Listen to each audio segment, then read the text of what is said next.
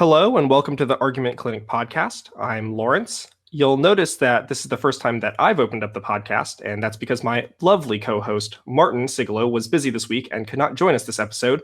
But fear not, because we have a special guest this episode, as I'm sure you realize from the title, and I'll introduce him soon so you aren't forced to listen to me the entire time. We are the Argument Clinic podcast, a Lincoln Douglas debate podcast for all. Whether you're a seasoned veteran, a fresh novice, a coach, or just someone who's interested in learning a few things about debate, we are the podcast for you. Thanks to Victory Briefs for sponsoring the podcast by providing the equipment and hosting support. Victory Briefs is a summer debate institute that is sure to improve your debate skills. Learn more about camp this summer and their brief products at vbidebate.com, and check out our LD and PF staff announcements on Facebook and stay tuned for more articles and announcements. This week is a scholarship episode where we'll be doing a topic analysis over the 2018 NCFL Grand Nationals LE topic with our very special guest, which we'll dive into right after this break.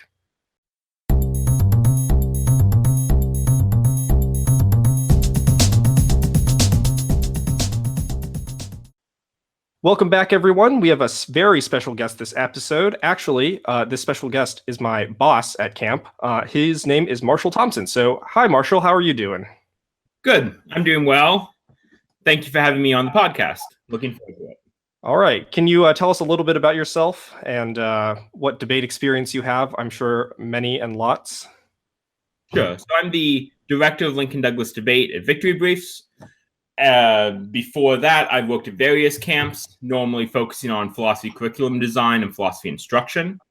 As a high school debater, I graduated in 2011 from Walt Whitman, won various tournaments, did reasonably well. Then I went to college, where I was a philosophy major, and am now pursuing a PhD in philosophy at Florida State University, focusing on ethics and action theory. Ooh, what is the most interesting philosophy thing you've learned in the last month?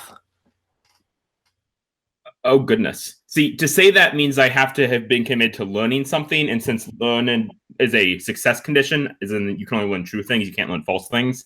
And I'm generally never totally confident that any of these advanced philosophical concepts are correct. But I'm sure you learned that something is definitively false then. So what is one of those definitively false things that is interesting you can share? I mean, all the false things are obvious, like utilitarianism, the negative on this resolution. So it's not clear that there's anything new to learn at this point. I've, met all the low-hanging fruit a while ago. So fair enough. So as Marshall just mentioned, he has a strong affirmative bias on this topic. So I think that's as good a segue as any to just jump into it. So this is... All right-thinking people have a strong affirmative bias on this topic. I'm inclined to agree, minus... a select few people that I think you called followers of a not ethical theory, but an unethical theory that I'm sure we'll get into here in a sec. So the topic that we are analyzing is the 2018 NCFL Grand Nationals LD topic, which is bystanders have a moral obligation to act in the face of injustice. So what we're going to do is break this up into three parts. The first is going to be by far the longest. And what we're going to do is just break down what the topic means and the history of philosophy that surrounds this moral question, where I'm basically just going to let Marshall rant using his wide swath of philosophy knowledge that I lack. And he's just going to tell us a lot. I see here written in this doc includes everything from passages from the Bible all the way back to ancient Greek philosophy, like I'm assuming the Ring of Gyges will pop up in this discussion at some point in time. Okay, so what we're going to do is we're going to first start with some definitions and some sort of general concepts talking about the topic, and then we'll just jump into the history of these debates. Alrighty, so under definitions of the topic, we're first going to discuss the word sort of bystanders. So I'll just throw it to Marshall because he's the one who's written something in here. What is the sort of key thing that you think debaters need to be aware of when discussing bystanders? The important thing to understand is that the word bystanders here is chosen because it's a reference to the bystander effect, which is a phenomenon in social psychology in which if people are faced with those in need, there are various conditions which radically change how likely they are to administer aid. An example of this effect was an experiment done by a group of psychologists where they took a series of seminary students who were all working to be pastors and told them to prepare a sermon on the parable of the Good Samaritan. We'll get to that parable in a moment, but the idea is they were told you have to go give this talk, And some were told, you have to go really quickly, you're late. And others were told, just, you got a while, just make sure you get there on time. What they then found was that if someone was lying on the sidewalk pretending to be ill or to pretending to be in need, the people who were told that they had to hurry were much, much more likely to just walk straight past the person and not pay attention than were the people who were told they had extra time, who were far more likely to administer aid. They've since found that there's lots and lots of different phenomenon and different causes that will change how likely people are to administer aid. So bystander is just a term for those who are in a position to witness and respond to those in need. Yeah, and this is like the term is from like a psychological study where they analyzed a 911 call where someone was like actually getting murdered in their apartment and screaming out in pain. And I think it was that incident where no one would, or it was in their apartment, it was like on the street, like someone was just getting murdered on the street, and then no one would call 911, no one did anything or took any action, and that was like where the term came from a study of that event. Is that right? Right. So this was the Kitty Genovese phenomenon, where this woman was brutally attacked, assaulted, and murdered over the period of about half an hour. So she was stabbed. Someone opened the window and said, "Hey, leave that woman alone." The murderer just retreated, knowing the person would close the window, go back to sleep, and then came back to continue attacking this woman. And about 38 people, according to the New York Times, were in some sense witnesses to this event, and no one seriously intervened, preventing this woman from being killed. So that was the phenomenon that first sparked serious academic work in this area. And a lot of studies have focused on that type of event. One of the causes they found is that if other people are around, you're far less likely to intervene to help others. For example, if you're in a pretend class where most of the participants are actors and someone pretends to have a seizure, then if you're alone, there's about a 70% chance you'll try to help, or at least most people will. But if there are other people also in the room, only about 40% of people bother to try to assist. So I guess then a silly question that I'm not sure if even has any relevance, but do you think that the term bystanders, plural in this topic, just means that there is only one person, or that there's many people involved, or does that question not even matter to the resolution? So certainly the way it's plural doesn't imply there are multiple people involved in any given situation. So for example, suppose I'm a bystander watching you be killed, and someone else at the very same moment in Florida is a bystander watching Martin be killed. There are multiple bystanders who have a moral obligation to act in the face of injustice, namely me and that other person. But neither of us are bystanders to the same event. All right. That's what I would think, but I was just curious as to what you thought.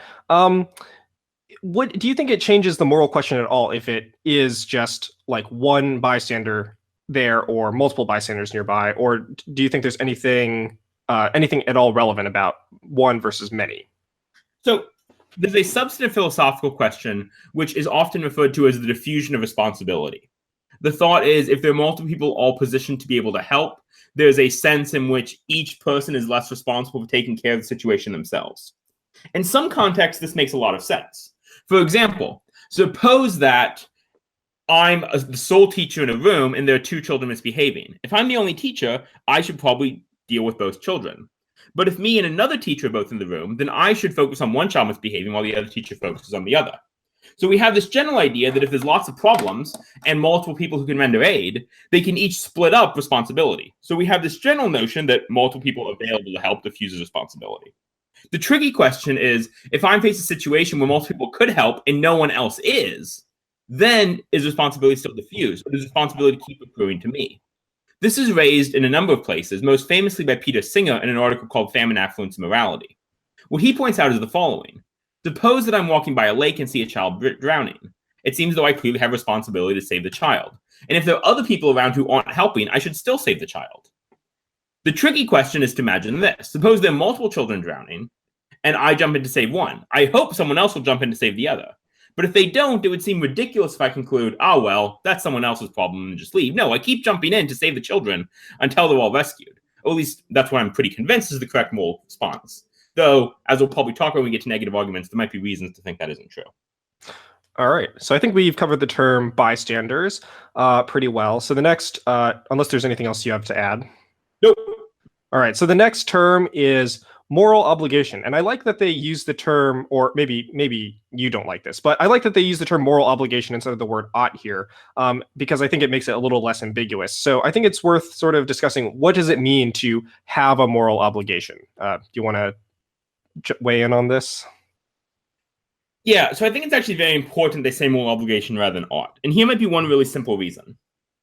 One negative position you might think on this topic is a position known as ethical egoism. The idea that I only have moral reason, to pursue my own self-interest, not the interests of others. The problem is that this resolution said ought.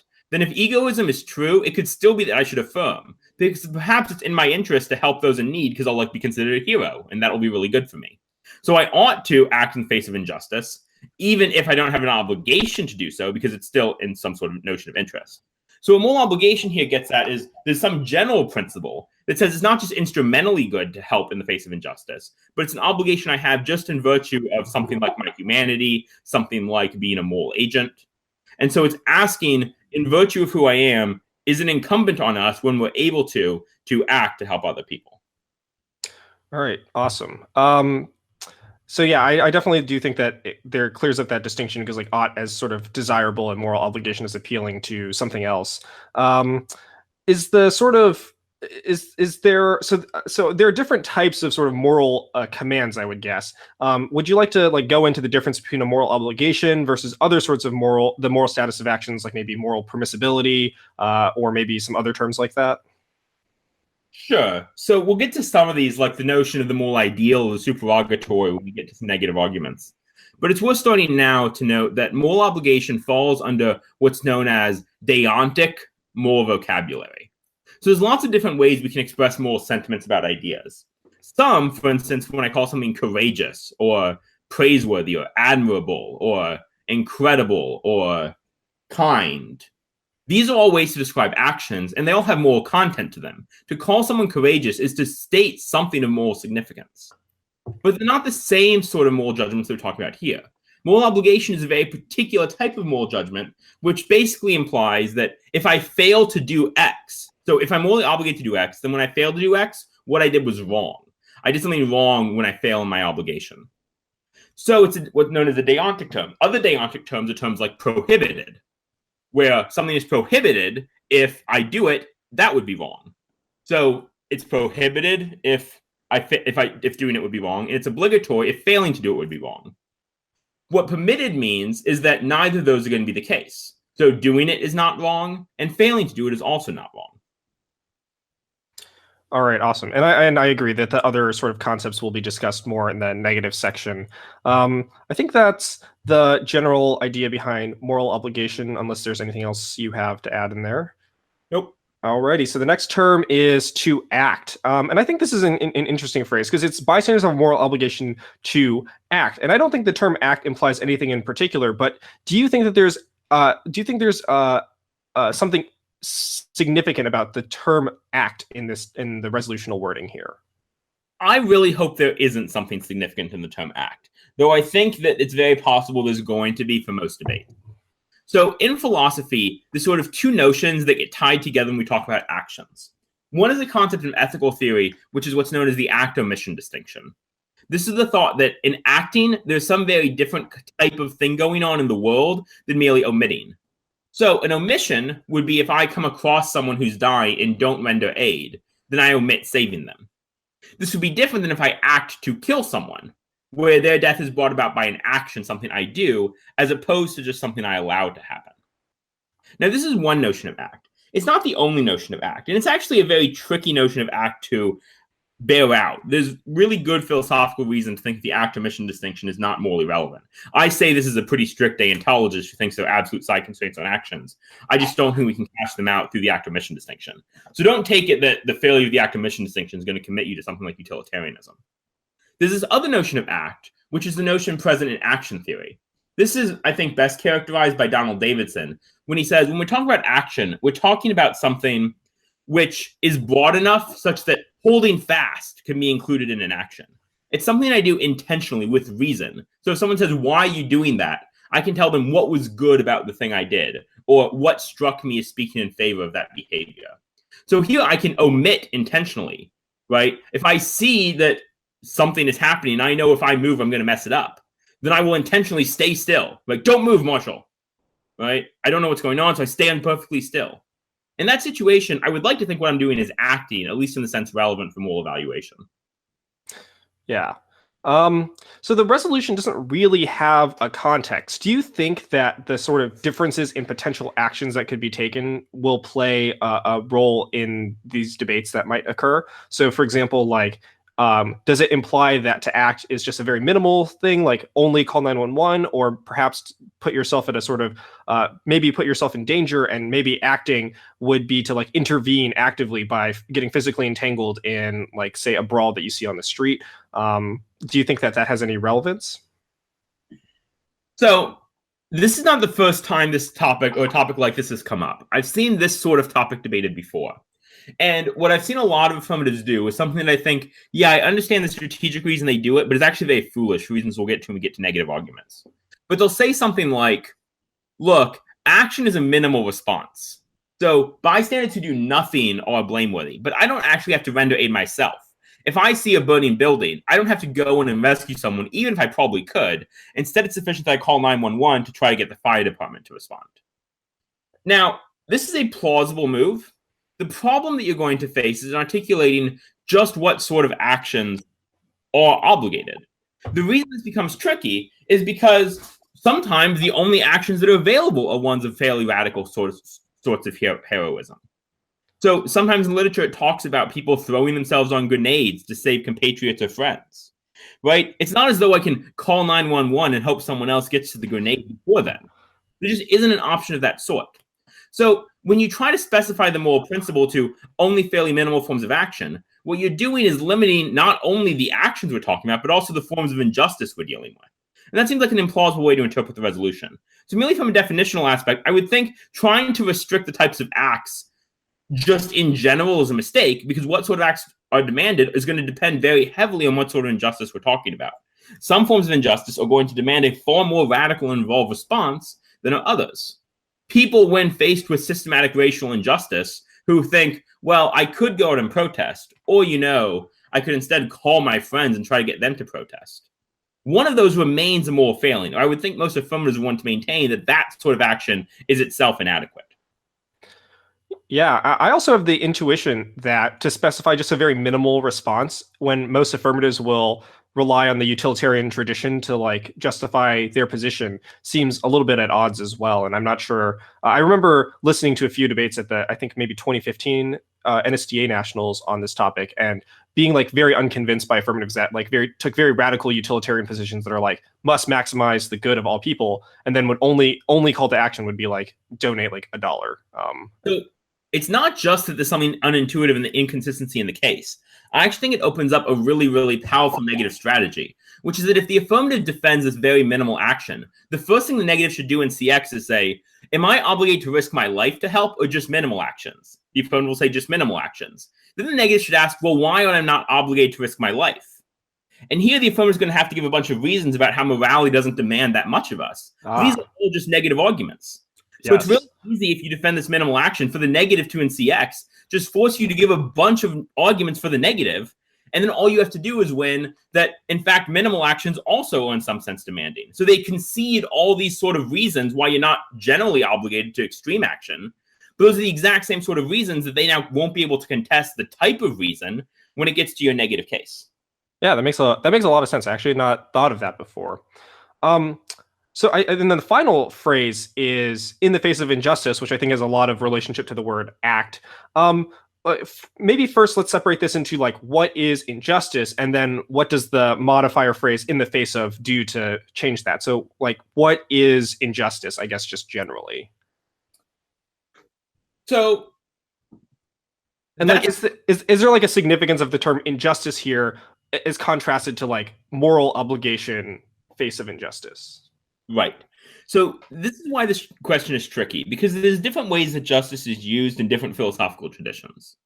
My own opinion is that the most fruitful and productive way to differentiate morality and justice is that concerns of justice are a subset of the concerns of morality, and it's a subset that concerns those things which we can rightfully demand of one another. So, for example, it might be that if I borrow money from you, Lawrence, if I don't pay it back, you can demand that I pay it back, right? I would not just do something wrong, but I would wrong you would I fail to return it.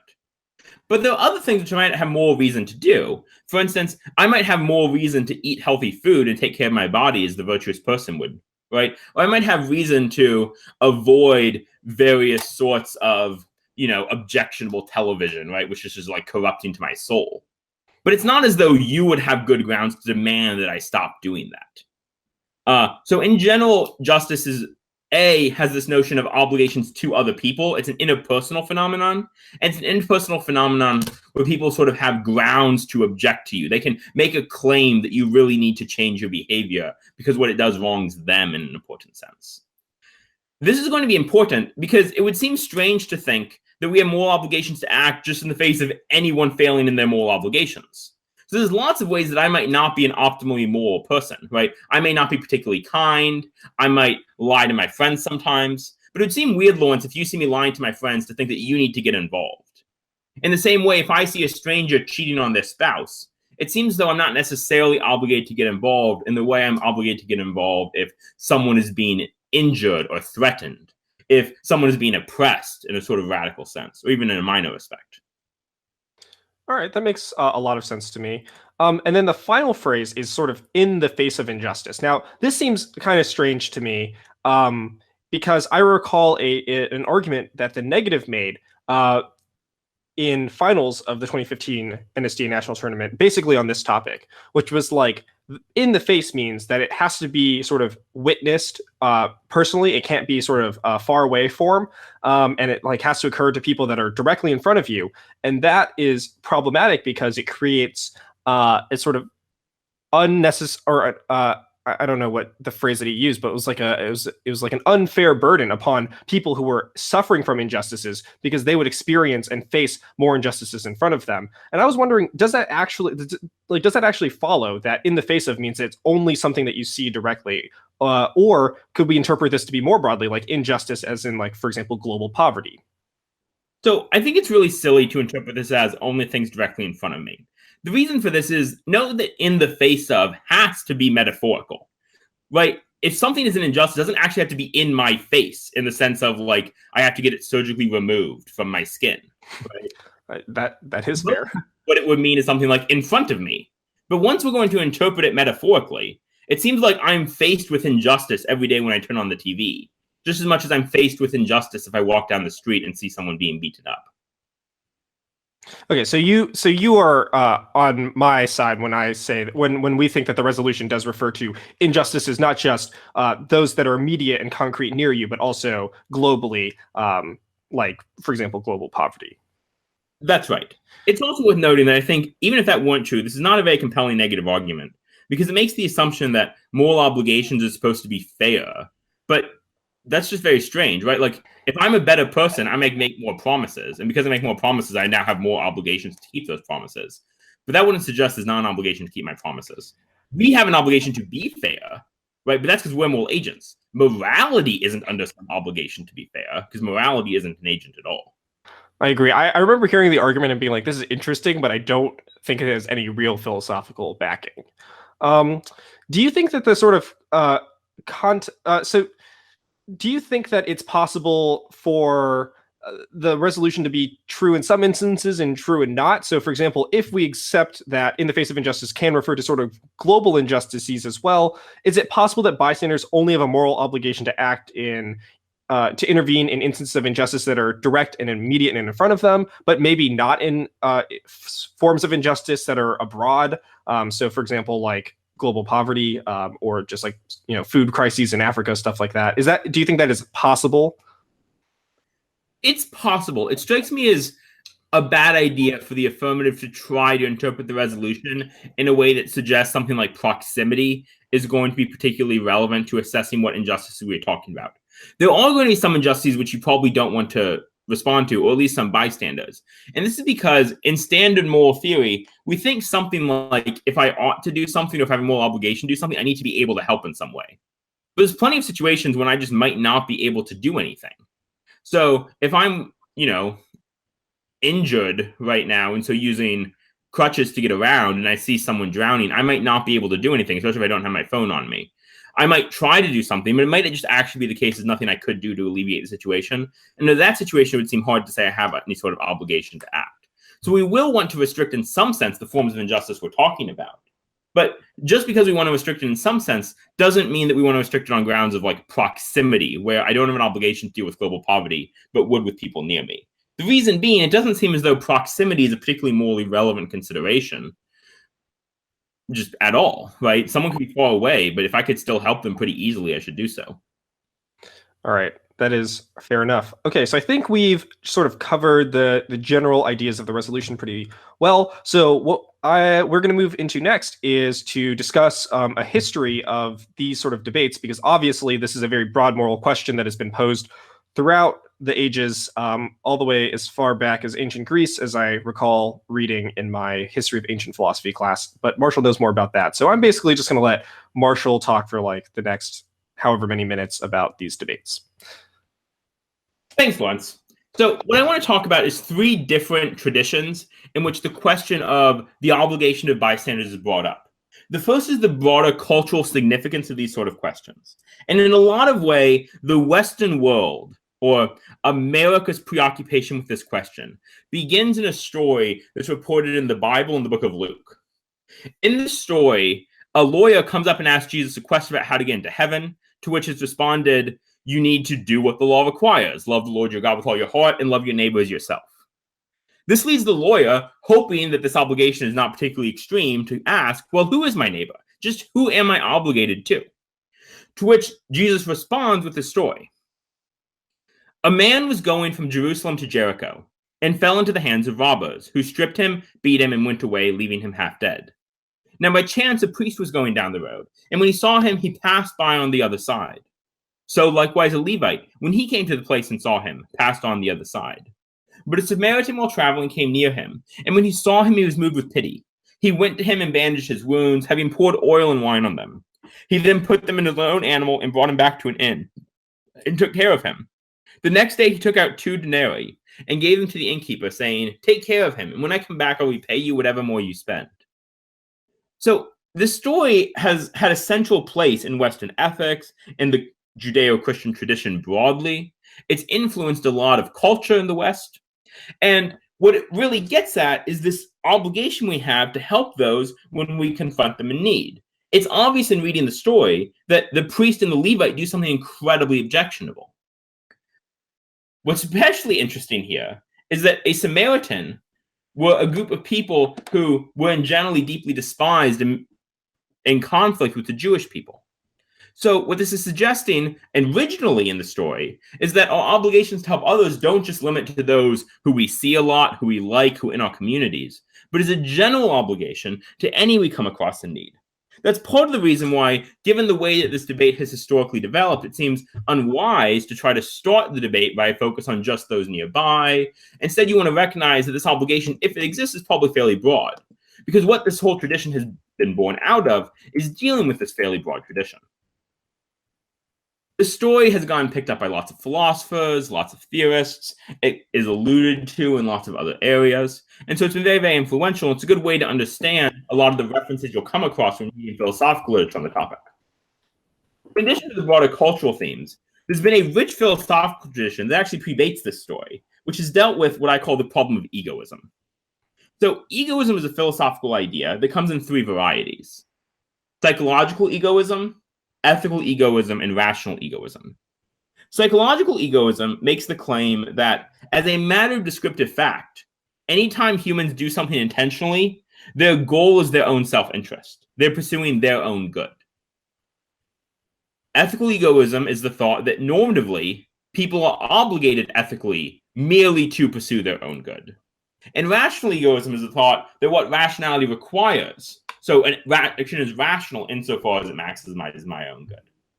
So these have been prominent in philosophical theories for a very long time. Certain philosophical traditions in the ancient world were explicitly egoistic. Some of these were egoistic in a way that seems deeply objectionable, such as some of the sophists, which we'll talk about in a moment. But others were egoistic in a way that actually seems kind of tolerable, like the Epicureans, who thought that what we're really concerned with is our own happiness. But it just so happened that like giving our money to the poor and not caring about our own possessions very much is a very good way to promote our own happiness. So it's worth noting that just because egoism is true doesn't necessarily mean that there's not good reason to help other people. The problem of egoism, though, as I understand the ancient tradition, is two different but related questions. The first problem of egoism is, can it be shown that the egoist, the person who lives only for their own happiness or only for their own well-being, is making a mistake? Could it be that being a good person who cares about others actually is the better way to be happy? So not only is the egoist morally bad, but perhaps the egoist fails in their own end, in their own aim. A lot of ancient philosophers, the Stoics, Plato, Aristotle, all were trying to show that that was true. So they were concerned with making arguments that shows that pursuing just your own happiness, merely satisfying your own desires, is going to lead to a worse life, a life which you flourish less, a life where you are less content and happy than one where you actually try to be good and care for others. So that's the first problem of egoism. Can it be shown that the egoist is inconsistent? It turns out that there's lots of very compelling arguments that the egoist's life just isn't actually that good or that well off. But there's a second and harder problem for egoism, which also is prominent in the ancient world. And this is the question of, can we show to the egoist that the egoist's life is a mistake? So Plato thinks he can convince other philosophers, other lovers of wisdom, other good people, that the egoist's life is worse. But he thinks it's going to be much harder to convince the egoist of that fact. The same is going to be true of Aristotle. So both Plato and Aristotle believe that it can be shown that the egoist's life is a mistake, that egoism is a bad way to live your life. But they also both think that the philosopher won't be able to convince the egoist of this fact, because the egoist doesn't yet have the right sort of moral values to understand what the good life, the life that's worth living, actually looks like. Plato illustrates this in a beautiful way in his dialogue, The Republic. So a lot of people get confused when they first read the Republic, because in the first book, Plato has this incredibly abrasive conversation with this person, Thrasymachus, who just keeps insulting him, changing his position, and eventually just is like, fine, Socrates, whatever you want, when he sees he's going to lose the argument, and then quits the discussion. Now, it's strange because most of this conversation is never referenced again through the rest of the book. The story almost restarts in book 2 with his conversation with Glaucon, who feels like Thrasymachus' position was insufficiently defended and wants to continue defending the egoistic life to see just what Socrates can show against it. But while it's confusing to understand how it relates to the argument, it's a remarkable piece of literature, because what Plato is trying to do is demonstrate that Thrasymachus, because he was an unjust person, was unable to follow the philosophical argument, was unable to learn from philosophy about why injustice was bad, about why egoism was bad. Glaucon, though, was a good person who was just trying to do the argument to better understand why altruism was advisable. And because of that, he could both defend egoism more effectively and was able to actually understand where the argument led. This shows that Plato, like Aristotle, was committed to the thought that egoism can be shown to be the wrong choice, but it can't be shown to the egoist. Aristotle thought something similar. At the beginning of his book, Nicomachean Ethics, he talks about the need for only the virtuous to study ethics. Aristotle thought that the unvirtuous would never be able to understand the value of the virtuous life. This suggests that the sort of values you go into a conversation with are going to impact what conclusions you're able to draw. If Plato and Aristotle saw this resolution, they would think you would clearly affirm, but they would also think it's going to be difficult to debate, because the only people you'll ever be able to convince to affirm are the people who would already recognize an obligation to help others. If you didn't already recognize this obligation, you're so fundamentally corrupt. Your attitudes are so distorted. You're such a bad, vicious person that you won't even be able to understand the truths that they're going to suggest. We'll get to this later, but it raises a tricky problem, which is that for a lot of the arguments that you might give on the affirmative, they rely on very simple, reasonable ethical premises, but they're also premises that the egoist, it seems like, is almost always going to deny. Debate is really hard unless you have certain shared premises that both sides agree to. And since the egoist seems so fundamentally confused about the very nature of ethics, it's hard to know exactly how this argument is going to advance. In a lot of ways, the tradition sort of stalemates at this point. There's not too much discussion of egoism after this. It's sort of agreed egoism is the bad life, but we're not going to be able to convince the egoist to this. But this all changes as philosophy becomes further integrated with the religious tradition. This is because a number of philosophers thought that religion allowed us to provide an argument to the egoist that even the egoist could recognize. And this is because religion allows us to say that there is a divine source of punishment. So various philosophers, such as Henry Sidgwick, thought that the only way we'd be able to convince the egoist that egoism is inadvisable is if it turns out God exists and will punish those who don't help other people. Sidgwick was deeply concerned with unifying the various forms of practical reason. He thought we clearly have a sort of notion of rationality in which it's rational to pursue our own interest. But we also have a notion of rationality where it's rational to fulfill the demands of common sense morality. He wanted to try to show these are united, and he spends like 300 pages trying to show they're united and ultimately concludes he can't, unless it turns out God exists. In which case, we can say to the egoist, hey, look, you better help those in need because otherwise you'll be punished. You will suffer under God's direction, and that suffering is what's going to show it's actually rational in the long run. A similar idea is brought about by the philosopher Thomas Hobbes, but Hobbes didn't think it would just require God.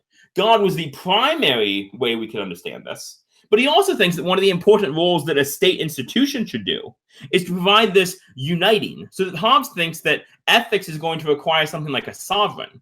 And part of the reason for this is that the sovereign is going to be able to ensure that it's in our own self-interest to fulfill the demands of morality, because the sovereign can punish us should we fail to do so. When the sovereign fulfills that role, it allows us to unify our practical reason, to make it rational to follow the dictates of morality, because we no longer would have the egoist escape to say, like, well, if all I really care about my own self-interest, then what's the point of being ethical at all? So there's been a long tradition, and it's continued up to the contemporary work. There have been contemporary philosophers like Christine Korsgaard, Thomas Scanlon, and others who are also concerned with trying to figure out in what way has the egoist failed? Can we show that the egoist is wrong to only care about themselves? Can we show some sort of fundamental irrationality? And there are various arguments given for this idea in contemporary literature. G.E. Moore has a famous one, which goes something like this. As an egoist, I care about my happiness. But if I care about my happiness, then I have to think my happiness is valuable. But if I think my happiness is valuable, I have to think that you should care about my happiness. But if egoism is true, you shouldn't care about my happiness, and that would lead to a contradiction. Well, there seems to be something funny going on in this argument. I think it's at least illustrative of the way that egoism is a central concern for ethical philosophers. I think there's a worry amongst ethicists that they can't say something to convince the egoist. Then ultimately, there's going to be something incomplete in the ethical project. They can show that if you care about ethics, then you should be ethical. But it's hard to show that you really should be ethical, all things considered. Or another way to put it might be this. They can show that one form of rationality would dictate that we help those in need, but another perfectly coherent form of rationality says we should just care about ourselves. So the question, can philosophy adequately answer the egoist? Can we show that there is an obligation upon each of us in order to help those in need? Is a fascinating central question to a lot of ethical traditions. I tend to agree with Aristotle and Plato. I tend to think that, look, there is an obligation. It can be shown there's an obligation, but it turns out we won't be able to show it until you're a decent person in the first place. But we'll get to arguments of that sort later on. What I think this shows immediately is that there's a question of explanatory burden. To whom are you trying to make your arguments directed? What sort of premises are you allowed to assume? Given the negative is probably going to adopt something like an egoistic standpoint, I suggest you try to have a fairly robust set of arguments, a fairly philosophically focused and compelling account, because otherwise the debate, I think, stalemates pretty easily. In addition to the philosophical tradition, there's a third tradition I want to briefly mention, and this is the psychological tradition, focusing on social psychology concerning the bystander effect. The bystander effect is arguably the most widely confirmed phenomenon in empirical psychology. They have found it over and over again in constant replications that various considerations like the presence of other bystanders, being in an emergency versus non-emergency situation, being rushed, all change how likely people are to respond and help those in need. What's interesting here is that it raises a question about what really is going on when we help those in need. Is it that we are somehow responding to moral obligations? Because if it is, then it seems like those obligations would be present in every instance. So perhaps what we're doing is just responding to something like a mere impulse to empathy. If this is right, then it's concerning for a lot of ethical philosophers. Some ethical philosophers, like Immanuel Kant, think that if the only reason we help those in need is random contingent facts like I happen to not be in a rush, and not recognition of the real moral facts, like this person needs help, then there's a lack of moral value in what I do. Psychology is going to be interesting here because I think it's going to show us a lot, maybe not about the resolution, but at least about ourselves and the ways in which we might not be quite as good people as we think we are. Okay, so that was a long section there and a long rant. I actually learned a lot from that. It shows that maybe not all college classes are worth it, because I'm pretty sure I learned more about the history of ancient philosophy there in the last 20 minutes than I did during my semester-long class, although that might have been because I wasn't paying close attention. Don't follow me, kids. Okay, so that is a large history of this like very interesting, very rich philosophical debate. And the final thing we're going to do in this section is just talk about sort of things that you need to know about the topic overall. And then after that, we'll move quickly into talking about arguments for the AF and for the neg. And I think like when we're talking about this overall topic knowledge stuff, it might make sense to discuss maybe some of the things that debaters should know, in both in terms of content and in terms of strategy, no matter what side of the topic that they're on. I think most of my concerns about the sort of trickiness of this topic have been sort of mentioned above when we were discussing some of the definitions. But I think one of the things that I'm curious about is, so like, does the affirmative need to, at any point in the 1AC, explain what it means to have a moral obligation to act and how stringent that obligation is under whatever ethical theory that they've proposed. And so like the reason I'm sort of thinking about this is like the tension between utilitarian reasons for why you might have a moral obligation to act might commit you to do more than perhaps a deontological consideration for why you have a moral obligation to act. And so I'm wondering, do you think the affirmative needs to specify any of that? And if not, is there anything that's at all relevant about that question? I think it'd be really hard for the affirmative to specify, because what we're talking about here is a general moral principle, but exactly how far my obligation goes is going to depend on a host of highly contingent situations. So what other problems might I be able to spend my time on, right? Is the alternative between me acting just going to be, so here's where I can act. I could donate an awful lot of money to certain charities. But is the alternative that I buy a nicer car? Is the alternative I use that money to go to college? What I'm doing there is going to radically change how far my obligation goes. And given that the resolution doesn't specify anything in particular, it's really hard to know exactly what sort of obligation the affirmative should be defending. What you should do, I think, is in general just defend the implications of your ethical theory. So if your ethical theory says we have a very strong obligation to help those in need, you should say we have a very strong obligation to help those in need. But I think trying to cash out exactly how strong that obligation is in a lot of ways a fool's errand. It's not actually going to be possible to do in any sort of clear, effective sense. Okay, that makes a lot of sense. The second question is like a very annoying traditional LD argument, which is like, if I prove that in one instance we don't have a moral obligation to act in the face of injustice, that somehow disproves the resolution. I'm wondering why, do you think this argument is silly, and what to do about it when you're both the affirmative and the negative? So, as the negative, what you should do about it is just not make the argument. Agreed. It's so annoying to listen to. You should just make good arguments, and this is not a particularly good argument. As the affirmative, how you should deal with the argument, I think, is in general, point out if this is how we actually utilize language, it would be the most annoying thing ever. I don't know if you've ever talked to those people who, every time you make a claim, like, but what about this exception? Right? But think about all the ways this could be annoying. It would be incredibly annoying if people did this. For instance, the statement would be incredibly annoying if people did this in midst of exceptions. There are some times when it's really valuable for people to be persnickety and nitpicky, like in certain types of courts of law, or when trying to draft legislation. We want people to be incredibly precise. Except that statement, we want people to be precise when when crafting pieces of legislation, is also not going to be generally true. There are going to be exceptions to that claim. It seems as though in almost every instance, we're going to be able to come up with exceptions to just everyday language.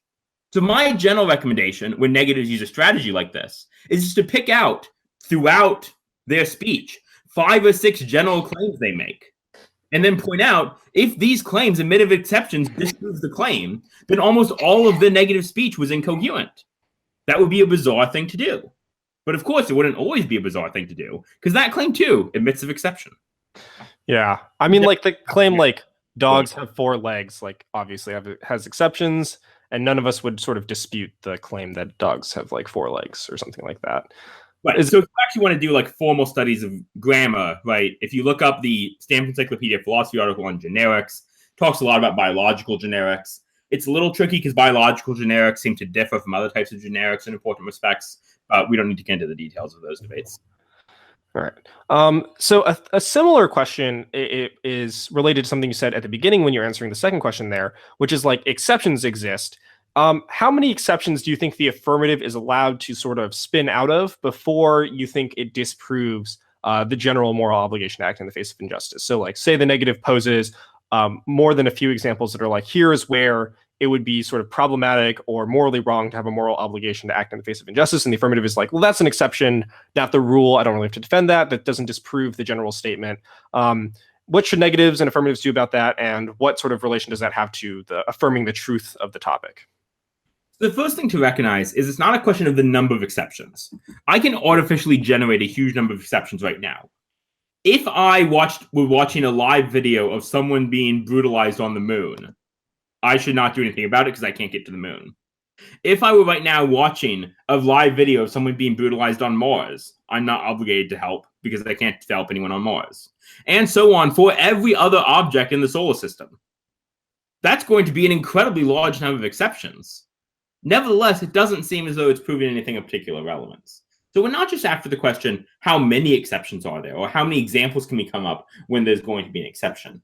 Instead, what we want to know is something more general, which is that, basically, absent some decisive reason to the contrary, in general, should we assume, right? So here's one way to put it. I'm faced with injustice. Is my first impulse, I have to help unless there's some reason not to? Or is my first impulse, is there any reason for me to help? If our first impulse should be help unless there's a reason not to, then it would seem we should affirm. So the negative has to point out in each case why you shouldn't help in that particular case, why that case has something unusual about it. But if instead, it just seems like we shouldn't do anything unless there's something special, like, well, you did promise to help in this situation, or, well, you are a firefighter who's being paid to put out these fires, then it would seem like the negative is right. So suppose it turns out that 99% of people in the world are all firefighters. Still, that wouldn't prove in general as a moral obligation to put out fires. It would just prove lots of humans have some special feature that speaks in favor of putting out fires. That is also a good example. I had not thought of that as well. I think those are sort of my main questions about interpretations of the topic. Do you have any sort of last minute comments to throw in here before we jump into AF-neg arguments? No, I find interpreting topics kind of boring. I agree generally, but this is just one of those topics where I think those bad arguments that we mentioned above are just like inevitably going to get deployed a bunch. It shows up on every topic, no matter what, especially when the negative ground is pretty bad. So they're just forced to sort of make these sort of bad arguments. Fair enough. Alrighty, so we're going to take a quick break, and when we come back, we're going to discuss some common affirmative arguments on the topic and then some common negative ones.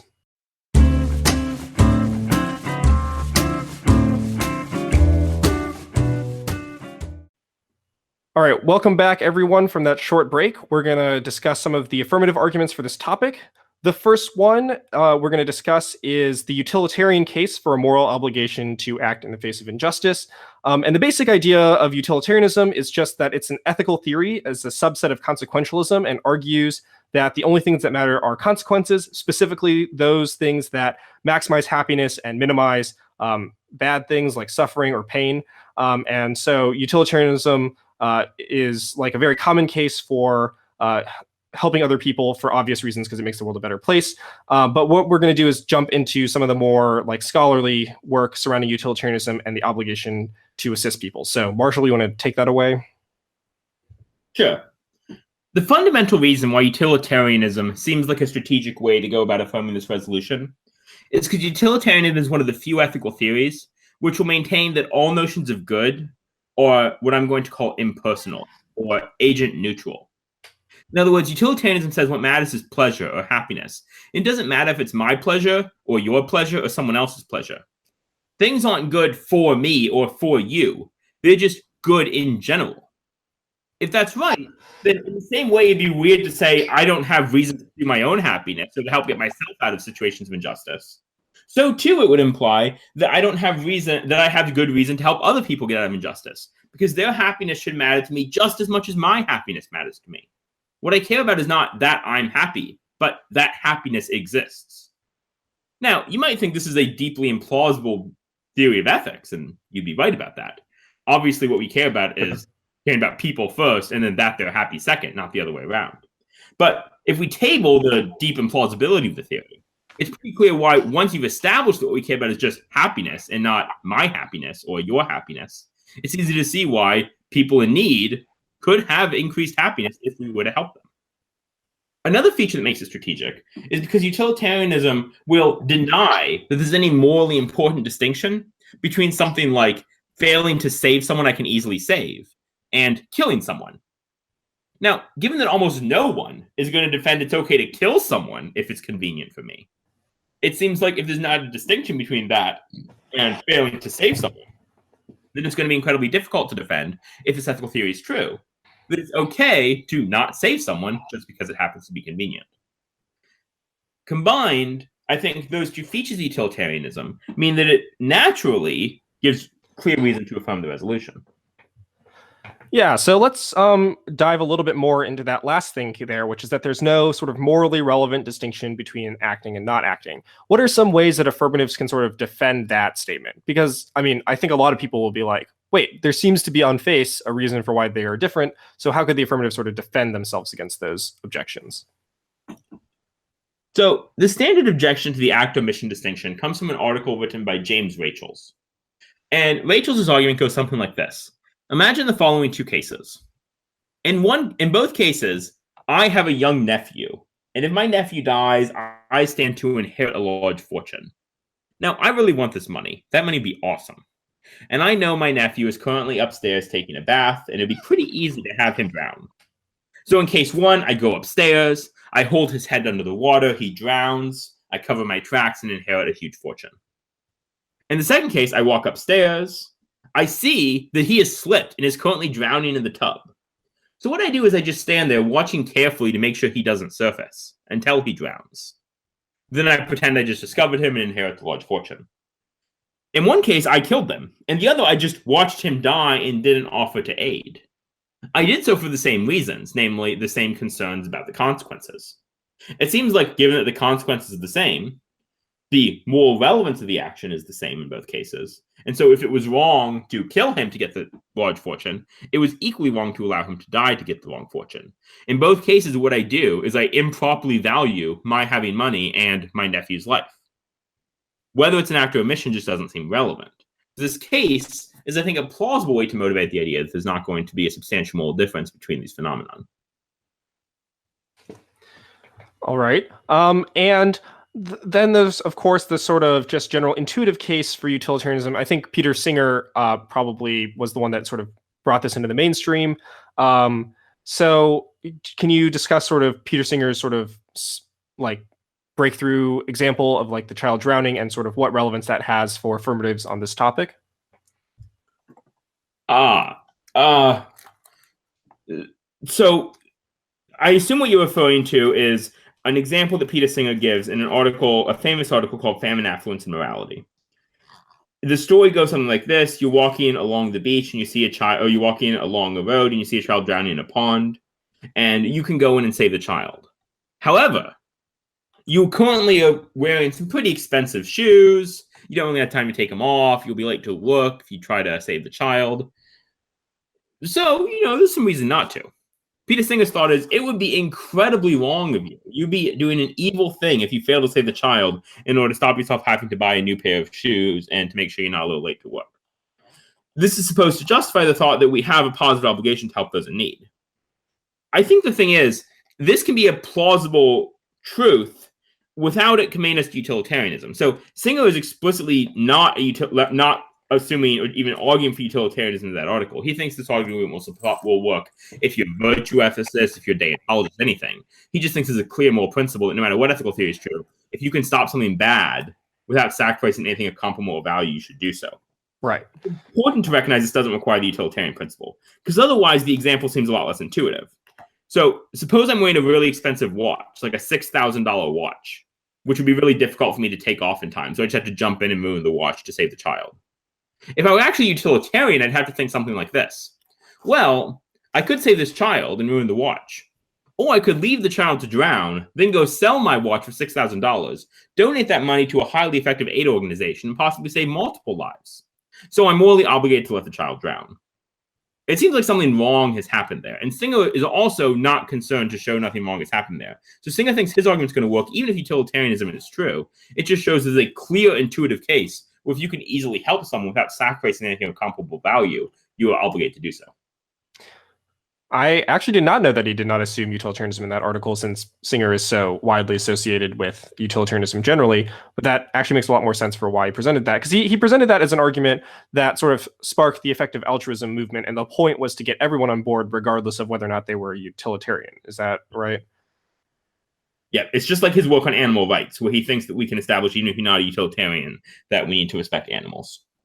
Alrighty. That makes sense. So, I mean, I think it's pretty obvious for like why, if we adopted the quote deeply implausible unquote view that utilitarianism is true, it would commit us that we would have a moral obligation to act in the face of injustice. And so, what we want to do quickly is sort of discuss how we would research this position, and then discuss a little bit of like the weirdness of how criterions are going to work on this topic, given the very deeply philosophical nature of it. So, as for research, I think Marshall's presented tons of like great authors that you could research to read for why utilitarianism might be true or not, and why that would commit us to having moral obligation. Are there any other common authors that you think that the listeners need to be aware of? So you're not going to have a difficult time finding people who say if utilitarianism is true, we have positive obligations.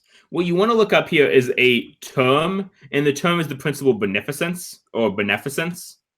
So beneficence. I've heard all three of them, and they're weird. Definitely not beneficence. Yeah, but the principle of beneficence is the principle that we have an positive obligation to help other people.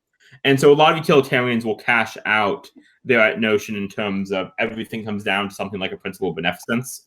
And then a lot of literature on an obligation to help those in need is also appeals to the principle of beneficence. So that'll often be a nice bridge term between those different areas of scholarship to have a consistent story between the arguments you have for utilitarianism and the arguments you have that under utilitarianism you would affirm the resolution. And can you just quickly explain like what the principle of beneficence is? So the principle of beneficence is just some principle along the lines of you have an obligation to provide positive good to other people. It's normally differentiated from a principle of non-maleficence, which is the obligation to not do evil to others. So one is a principle of non-interference, not causing others evil. The other is a principle of bringing about good. The principle of beneficence says we have an obligation to bring about good. All right. And so then there's this question of sort of what criterion does this suit with? And in the previous episodes where we've had topic analyses, so for example, the universal basic income topic, we will presented an argument like universal basic income reduces income inequality, and then discussed various criterions by which that argument would be relevant. So, like Rawlsian systems of caring about inequality, utilitarian systems about caring of inequality and stuff like that. But this topic makes it a little bit weird in terms of selecting what a criterion is. And I'd like to just ask your thoughts about like, how do we deal with these weird criterions, and like how do we write criterions on a topic that is just so broadly philosophical like this? So there's a simple answer to your question, which is that there should be a very straightforward way you do this, which is the same way we've done on every other topic. Namely, you have some moral principles, your value criterion, like the value criterion is maximizing happiness, and then you just say, and this principle would affirm in your contention. Here's the problem. It's really, really obvious that if we should maximize happiness, then we should affirm. Like, right. You could argue for that in just a couple sentences or with one card. So if you were to do this, you'd have a case where you spend like 5 minutes defending the value criterion and 1 minute at most on your contention. But if you had to spend a minute defending why util affirmed, I'd be very worried about you. Yeah, I mean, I'd like to make both the argument about impersonal goods and the argument about the act of mission distinction. But the point is, this is bizarre, right? So there's one way to do this, which is just to say have an incredibly long defensive value criterion and an extremely short contention. But a lot of judges aren't going to like this. It's a little confusing. It, I think, makes things difficult. So that's probably like if I were debating what I would do, but that's just because I was overly comfortable with extremely long value criterions, more comfortable than I should have been. So yeah, that's the problem. The natural way to do it turns out to just be weird. There are some other options here. So one option is to just shift where you split up between the principle and the application of the resolution. So rather than making the value criterion something like utilitarianism, instead make utilitarianism make the value criterion some virtue that utilitarianism has. So one of the things people often say is the benefit of utilitarianism is it's an impersonal theory. It treats everyone the same. So you might think the value criterion is some principle of equality, and then say your contention is equality requires something like a utilitarian outlook, requires something like no acquisition distinction, and these are going to affirm. And so you might try to shift the story somewhat, where what we might classically call the meta-ethical principle, right, or the consideration that speaks in favor of utilitarianism becomes the value criterion, and then what you would traditionally put in the value criterion becomes the contention. If you want to stick to a traditional story that sounds like an LB case, I tend to think that's one of the easier ways to do it. Yeah, like I think that's the one that I did a lot as a debater, where you just sort of make really broad sort of ethical claims as your value criterion. So just like respecting human dignity or respecting equality or some principle that all plausible ethical theories would assume is good, and then explain why your given ethical theory that you're defending is better underneath that model. And I think that seems to just be in my mind, the easiest way to solve this problem, because I think it just really clearly delineates then what a criterion is and then what the contentions are, and keeps it very simplistic, traditional LD. Although I think you were going to describe another potential remedy to this solution or to this problem. If this were not on the NCFL topic, I would generally recommend something like, don't feel like you have to stick to the value criterion model too much because it doesn't make a lot of sense in this topic. And there's something to this, right? I generally recommend on this topic, like, just write your case without the value criterion model at all, and then go find the way to put it in that's most natural, because it's just going to distort, right? This topic doesn't fit nicely into something like a value criterion contention distinction. But given that this is the NCFL topic where a lot of judges are going to be very concerned that you have a value criterion that's very explicit, you'll want something like that in place. Yeah. So like, for example, my senior year on the nationals topic, it was like in the United States, like national security ought to be valued above like the digital privacy of its citizens or something like that. And a lot of these affirmatives would just be like, the criterion is util, contention is like violating digital privacy stops terrorism. And a lot of that, I think, sort of begged the question, because it was like, well, obviously, if utilitarianism is true, it seems to commit you to necessarily to the conclusion that national security is ought to be valued above digital privacy. And so in order to avoid that problem, I think my AF was just like something very broad as a value criterion, like adherence to like governmental obligations, and then made most of what would traditionally be the criterion debate as the contention debate, which is just like, here's all the reasons for why any ethical theory's conception of governmental obligations would affirm the topic. And I think that is something similar to like what you could do here, where you just shift what is normally most of the value criterion down into the contentions, and then have a debate about, you know, some other broader ethical principle that your ethical theory would appeal to. Does that seem like a reasonable way to go about this? Yep.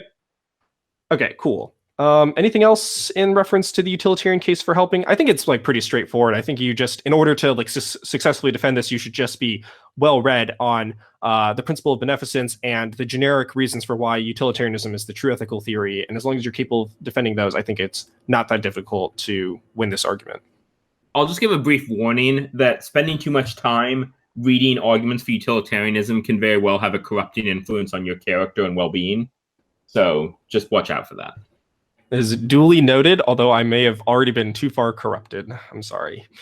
All right, so the second body of philosophical work that would most likely affirm the resolution is grounded in the area of virtue ethics, which I know virtually nothing about. The only thing I can tell you about this is a line that Marshall constantly repeated at camp, which is like, other ethical theories ask, what's the right thing to do? But, or like, what should you do? But virtue ethics asks, what sort of person should you be? And I'm probably sure that line is incorrect, but this general sentiment of that is there. And that's about all I know. So I'm just going to let Marshall talk about why virtue ethics would commit us to having a moral obligation to act in the face of injustice. Cool. So I really like a virtue ethics approach to this topic. The main reason being, A, virtue ethics is really the ethical tradition most clearly grounded in ancient philosophy. Plato was something like a virtue ethicist. Aristotle was certainly a virtue ethicist. The most contemporary accounts of virtue are deeply Aristotelian in their form. This is good because what the ancients were really concerned with was answering the egoist, right? Pointing out that, no, the happy life is one where you help others, right? So you're going to have a lot of resources to be like, look, this is what the good life looks like. This is what the happy life looks like. It's one that where we do have obligations to help other people. So I think it's really strategic for that reason. A place to look for these sort of ideas is a book by Rosalind Hursthouse. Hursthouse book on virtue spends a lot of time talking about this idea, and I think she gives a really clever and compelling example that illustrates how we often think that, look, being a happy, living a good, happy life requires virtue. And she says, consider what parents do when they raise their kids. Parents want their kids' lives to go well. They want them to live good lives. And generally, I think the way to do that is to train them to be good people. Because we just think, in general, good people live good lives. And there's something very compelling about this. And Hursthouse gives lots of reasons to think this is going to be true. That in general, becoming a virtuous, beneficent person who cares for others is going to be the most effective way to achieve even your own happiness and flourishing. So this case is a very natural way to interact with a lot of the most plausible versions of the negative in a very compelling fashion. Now, why would we think that if we have an obligation to be a virtuous person, the good person is the sort of person who would help those in need? Well, there's a number of ways to bear out this notion, this idea. But it's worth noting if you just look at a lot of the standard examples of virtues, charity, beneficent character, mercy, forgiveness, they're things that are primarily and utterly concerned with the outward good of other people. Even less ethical ones, or at least ones that aren't talked about as much, things like hospitality, are also the sort of thing that are concerned with the well-being of others, finding ways to ensure that they live good lives. The main motivation for this is that virtue ethical traditions are going to focus us as living creatures. We are a fundamentally social sort of being. And because we're a fundamentally social sort of being, there's not going to be a strong distinction between my good and your good. If I live in a hive of bees, right, and I'm a bee that needs to sting a predator to save the hive, it's not like I have some notion of what my good is, where I can sort of free ride and let all the other bees fight off the predator. No, right? The good for the bee just is the good as a hive creature, right? You can't understand a good bee life except in terms of how this hive works. Similarly, you can't understand a good human life except in virtue of us as social creatures, when society as a whole, when our communities go well, when we're plugged in and supportive of one another. Imagine if we as humans tried to live where we didn't think we had an obligation to help our children and infants when they're in need. It would go horribly wrong, right? We could not live as a species if there were not an obligation to help infants, to help children, to help those who are unable to help themselves. What this suggests is that to be a human sort of creature at all is going to require this strong obligation to help those who are unable or not in a position to effectively help themselves. In other words, we have more obligation to act in the face of things like injustice. So virtue ethics has a very natural sort of answer to the egoist, and also, I think, a very compelling story to tell for why we should be concerned with helping other people. Yeah, so can I just ask a little bit more about the sort of reply to the egoist, specifically in the context of the classic story of the Ring of Gyges? So from what I recall, the Ring of Gyges is Glaucon's thought experiment, which is basically Lord of the Rings, where some person can put on a ring and they can become invisible and then therefore commit as many bad actions as they would want. So they can rob from people, they can make fun of people, they can make their lives miserable, but they can take off the ring and then go about living a life free from any of the responsibility of the acts they've committed. They would retain high social standing. No one would ever judge them.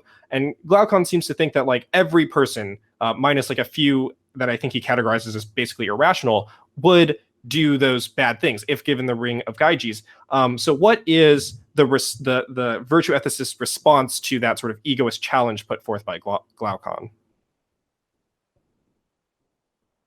Good. So, yeah, this is the story that happens right at the beginning of book 2. And the thought is, if I can get away with injustice, why not be unjust? Well, different ancient philosophers are going to have different answers to this. So I'll talk about just Aristotle and Plato for now, though perhaps we can come back later to some of the other people like the Stoics. Plato gives a number of responses to this. There's 2 places to look if you're interested in Plato's dialogues on this question. First, the number one thing I'd recommend is Plato's Gorgias. It's just a wonderful dialogue. It's my all-time favorite, and it's something every debater should be required to read, because it spends a lot of time basically talking about how the skills of debate can corrupt our souls and turn us into bad people if we're not careful. I recall you wrote an article about that last year, right? Where you were sort of cautioning us about the problems of debate, and like, wasn't one of them just like it trains us to argue for sort of bad things and become sort of impersonal towards our relationships, towards our arguments, and some other things like that? Yeah, so the thought that Plato gives here is that argument, like the skill in argument, is a kind of power we have to make false things seem true. And this is certainly the case, right? Debaters are trained not only to defend the truth, but to defend anything, whether it's the truth or not. Like utilitarianism? What? Like utilitarianism? Right. But this can be a really dangerous skill to have. It allows us to insulate ourselves from the criticism of others.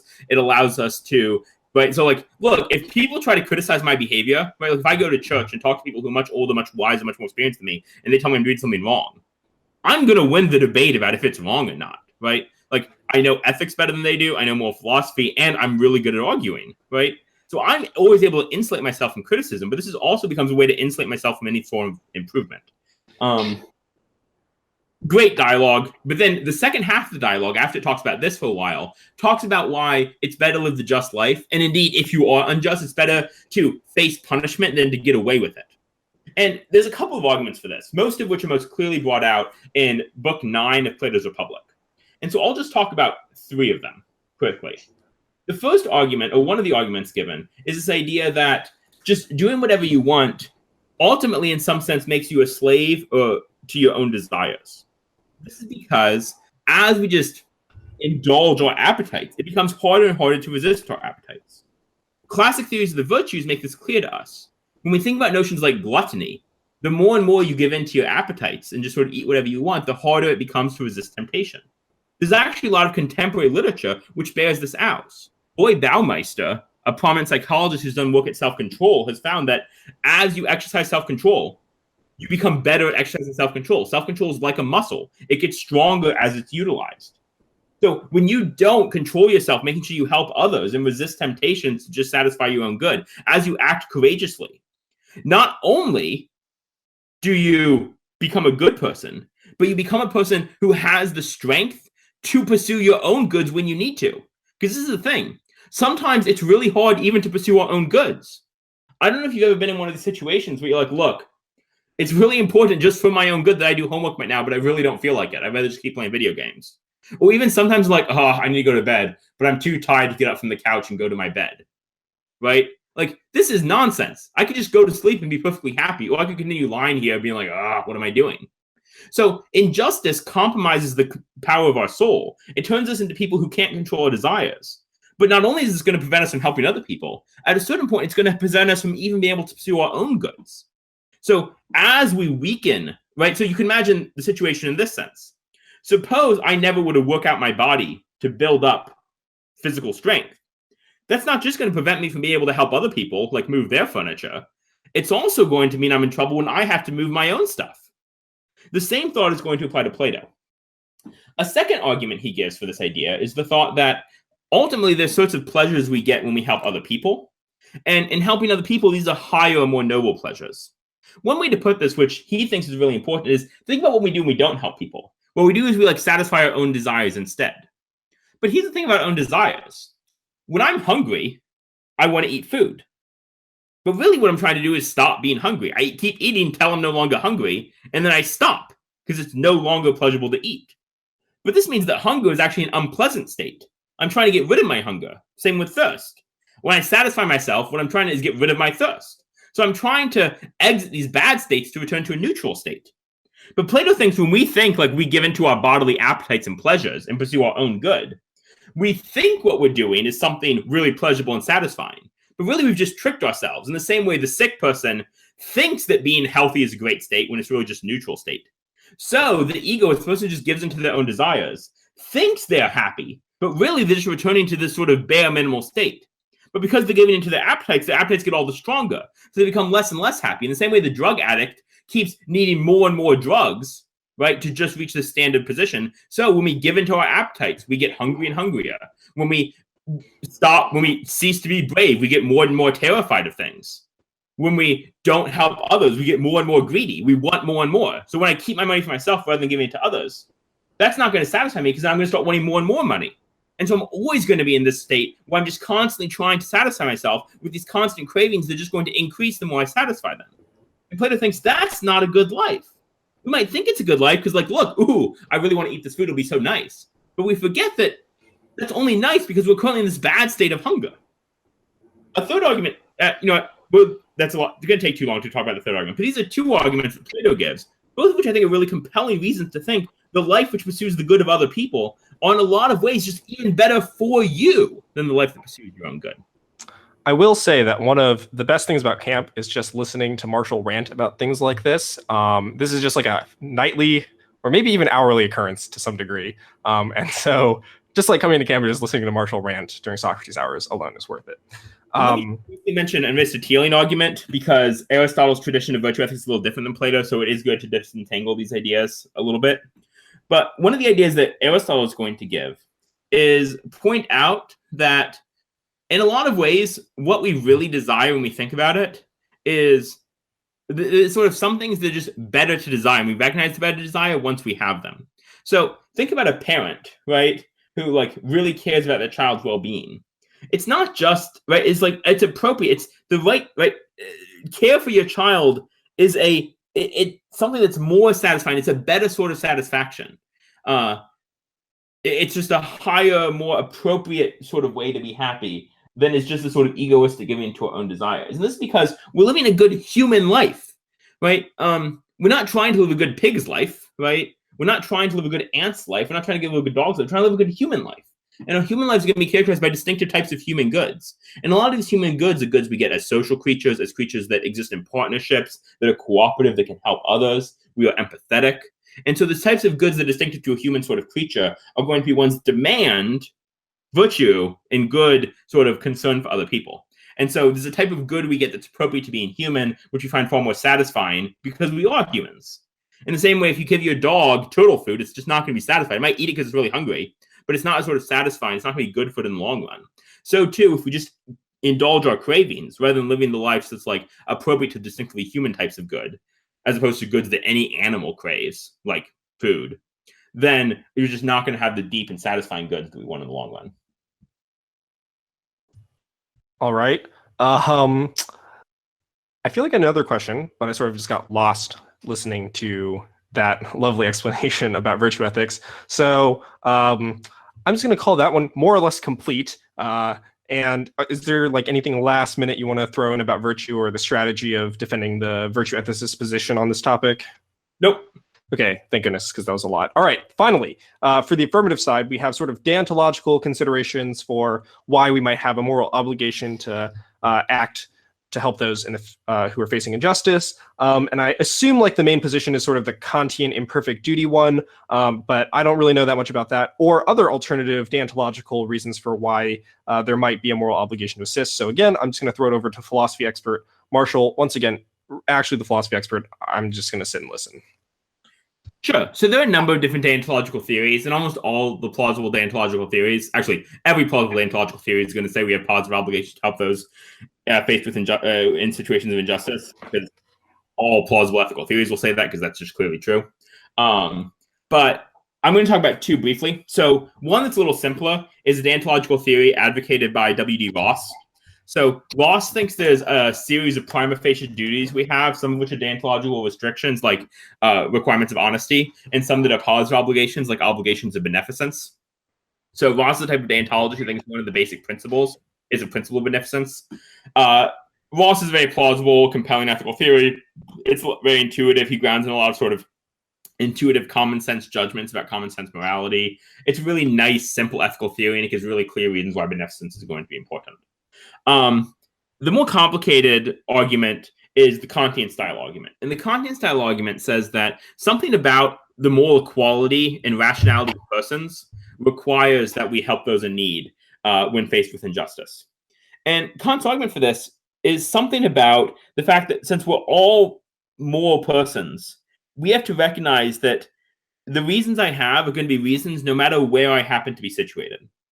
So one way to put it is this. Suppose that I'm a child whose parents recently died and I'm living just on the street and I'm lying outside a restaurant and I'm really hungry because I haven't eaten in 2 days. And a wealthy couple walks by just holding their hand $500 and like, oh man, this is going to be the best lobster dinner we've ever had. Can't believe we're about to buy $500 worth of lobster. Kant's thought is this. If I were in need, I would hope, I would expect that they would give me that money. And any of us, if we were in the situation of that child, would expect that. To not expect it would just be bizarre. If we were that child, we would hope. We'd be like, please, please. We'd will. Oh, I really want them to give this money to me. But the thought is, if that's true, then when we're in the position of the wealthy, if we don't do it, the only reason we're not doing it is because we're failing to recognize that reason is universal. Because if I have a reason from the child's perspective to give this, and that's a good reason, then the only reason I'm not doing it is because I'm somehow privileging my current perspective. I'm treating my thoughts as authoritative. But if we're all moral equals, if we all have equal access to sort of moral importance, then I can't privilege myself in that way. I think it's really easy to see this motivation if you talk about concrete forms of injustice. So consider a lot of the people who are faced with injustice in places in the global south. So maybe not even the global south, but just the global poor. So consider a child in Bangladesh. So many in Bangladesh suffer from goiter, which is a problem with the thyroid, which comes about from lack of iodine. Now, iodine is pretty easy to get. We can buy it just with iodized salt. So if you go to the grocery store, you can get a whole thing of iodized salt. It'll cost you less than $1, right? Often like 45 cents to get a big thing of iodized salt. It'll last you years. It'll be enough iodine. But these children don't get access to iodine. Why not? Well, because one of these children's parents died, right? Because they committed suicide because of the horrible working conditions they were in. And the other's being paid less than $1 a day. And so they're barely able to get enough food on the table for the rest of the children, much less buy something like iodized salt for seasoning. Now, it costs just almost nothing, $1 to provide the needed salt to cure this child of goiter so that, their gums stop bleeding and the teeth falling out. And why is it then a situation? Well, it's because we've benefited from systems of injustice in which we like to buy really cheap clothes, right? So the fact that my wardrobe cost me less than $100 to wear is just because of these systems of injustice. And so if I were in the position of that child, seeing their sibling, right, unable to get the nutrients it needs, and recognize that this could be easily fixed by those who have extra, then it's not that I would just think it'd be nice if they would give it to me. I would demand, I would say, no, you have reason to help me. But since reason is universal, since we're all moral equals, I need to recognize that that means that even from my current perspective, where I'm perfectly happy and well off, I also have reason to help. So we have this duty, which says that if our reason is universal, takes the perspective of anyone nearby, then this is going to create, we have to have a consistent will, a will that wills the same things, whether we're in a position of plenty or in a position of need. And since when we're in a position of need, we will assistance. That means we're in a position of plenty, we have to will assistance. But in that case, we're the ones who have to provide the assistance. That is indeed a much more complicated argument than Ross's. I will conclude that is true. I think it's pretty straightforward that most, all plausible deontological theories would affirm. Do you think there's any troubles that debaters forwarding the deontological position on the affirmative will have, and if there's any advice for overcoming those barriers? Yes. The problem you're going to have is that a lot of judges don't understand deontology. So a ridiculous number of people in debate think that deontologists believe that there's only side constraints on actions, restrictions to not murder, not kill, and that they don't have any what we call positive obligations. So they think deontology is a theory that only includes negative obligations. So I've had judges before vote against my debaters because they misunderstand deontology because they think deontologists only believe in negative obligations. This is silly. Deontologists clearly believe in positive obligation. That everyone believes in positive obligations. What a ridiculous... Right, anyway. Not unless you're a very hardcore libertarian. I mean, even libertarians are going to think it's positive obligations. We just can't force people. Right? They just don't think the government should force us, right? But like even Nozick's is going to say we have an obligation to help those to donate to charity. The government just can't force us to donate to charity. Yeah, agreed. So yeah, right, like yeah. So how do we deal with this? There's a couple of solutions. One is just not use a very generic term. So don't call your theory deontology. Call it something like consistency with Ross's prima facie duties, or consistency with Kant's theory of the categorical imperative. And then have specific quotes by Ross or Kant, which articulate how do we have these positive obligations. And doing so is going to lead the judge to be much more accepting that, oh, well, maybe this particular thing, this particular version of deontology actually does have positive obligations. Sometimes you get judges who think like they understand what Kant thinks specifically, but luckily most of the people who like are so arrogant to think that will at least be sophisticated enough to know that Kant thinks we have some positive obligations. It's not always going to be true, but at least it's less likely that the judges who are confident enough in their interpretation of a particular author that they'll at least be somewhat right in the interpretation of that particular author. So that's one way you might have with the deontological theory. Just the people are going to misinterpret it. The second reason you might have is that a lot of deontological theories are going to acknowledge something like an act omission distinction, and denying an act omission distinction can be a really strategic argument against the negative. It might decrease some of the options you have as responses to the negative case during the 1AR. I think this is kind of silly because good deontological theories won't actually have an act omission distinction. They'll have something like an intention foresight distinction, but the intention foresight distinction is not going to help the neg nearly as much as the act omission distinction would. But given that can be a little confusing to articulate, the act omission distinction is sometimes easier to make. There is some strategic thought that says the act omission distinction, denying the act omission distinction is a useful affirmative argument. It's hard to explain deontology without the act omission distinction, or it takes longer. So maybe I don't read deontology so I can keep that argument in my back pocket for the 1AR. It's a strategic consideration at the very least. All right, that makes sense. So I think that just about does it for all of the affirmative arguments. Are there any sort of just last minute thoughts that you have for affirmatives on this topic, both content or strategy wise? So strategy wise, I think it's important to keep in mind that what your target really is something like it matters to us that we should be helping others. And if you keep that in mind and you're picking the arguments for your ethical theory that are in some sense responsive to the egoist, things of that sort, you're going to be in a much stronger position vis-a-vis the negative. Yeah. And I think for me, the sort of just last thing that I'll throw in is that like 2ARs that do incorporate some just pathosy, just like emotional appeal to just like how deeply implausible it would be that we held zero moral obligation to act whatsoever when faced with injustice is just like an untenable view, independent of sort of maybe strict negative argumentation on the flow. And I think in debates where judges will get lost in some of the more confusing philosophical rhetoric, especially if you're forwarding a more advanced philosophical theory like deontology that judges are prone to misunderstand, that an easy tiebreaker can just be like, look, it is deeply implausible that any ethical theory would conclude that we have zero obligation to help others. And maybe that's like bad sort of teaching wise for students, but I know for a fact that it just wins close debates to do things like that. Okay, I think that's it on this section. So we're going to take a quick break and then come back and discuss the awful side of the resolution, the negative.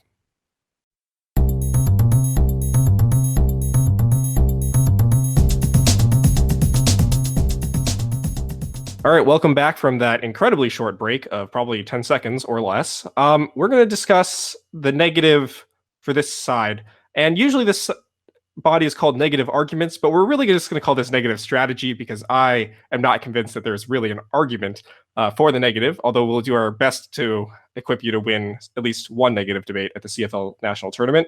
The first piece of advice that is written here is, first, utilize the cowardice of the affirmative. Now, I did not write this, so I'm going to let Marshall explain what he means by this. So this just gets at the idea that I gestured at towards the beginning of this podcast, which is that a lot of affirmatives are going to want to defend a very small scope for what positive obligations we have to help those in need. So they're going to be like, we have to do sort of minimal things like call the fire department, but not run in to help ourselves. And this is the thing. This is the coward's way out. They want to say we have a positive obligation. They just don't want the positive obligation to be too big because they think it's going to be hard to defend that we should make real sacrifices. So they just want us to make small sacrifices that aren't really that important.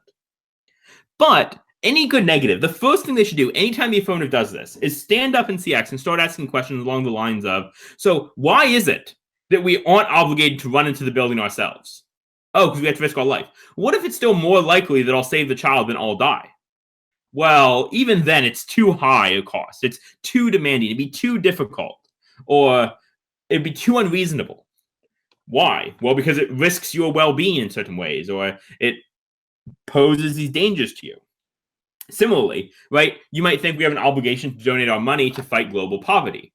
Well, a lot of funders are going to say we have a small obligation. We don't have to donate all of our money. We don't have to donate to the point which we can't go to college. But here's a real question. If it can cost me $30,000 a year to attend college, think about all the good I could do that. I could arguably save about 10 lives on average a year with that money. I could donate that money to a college in India, which would be able to train a lot more people to do a lot more good than I could do just going to college myself. So if the affirmative is going to defend, we have an obligation to fight injustice, but only a little bit, only somewhat, only some things. Ask them, why can I go to college rather than donate all of my college savings? And whatever answer they give is going to be the sort of things that you'll want to appeal to say, you're right. You're absolutely right. We don't have to sacrifice that much of ourselves to be ethical. In fact, we don't even have to sacrifice as much as you want.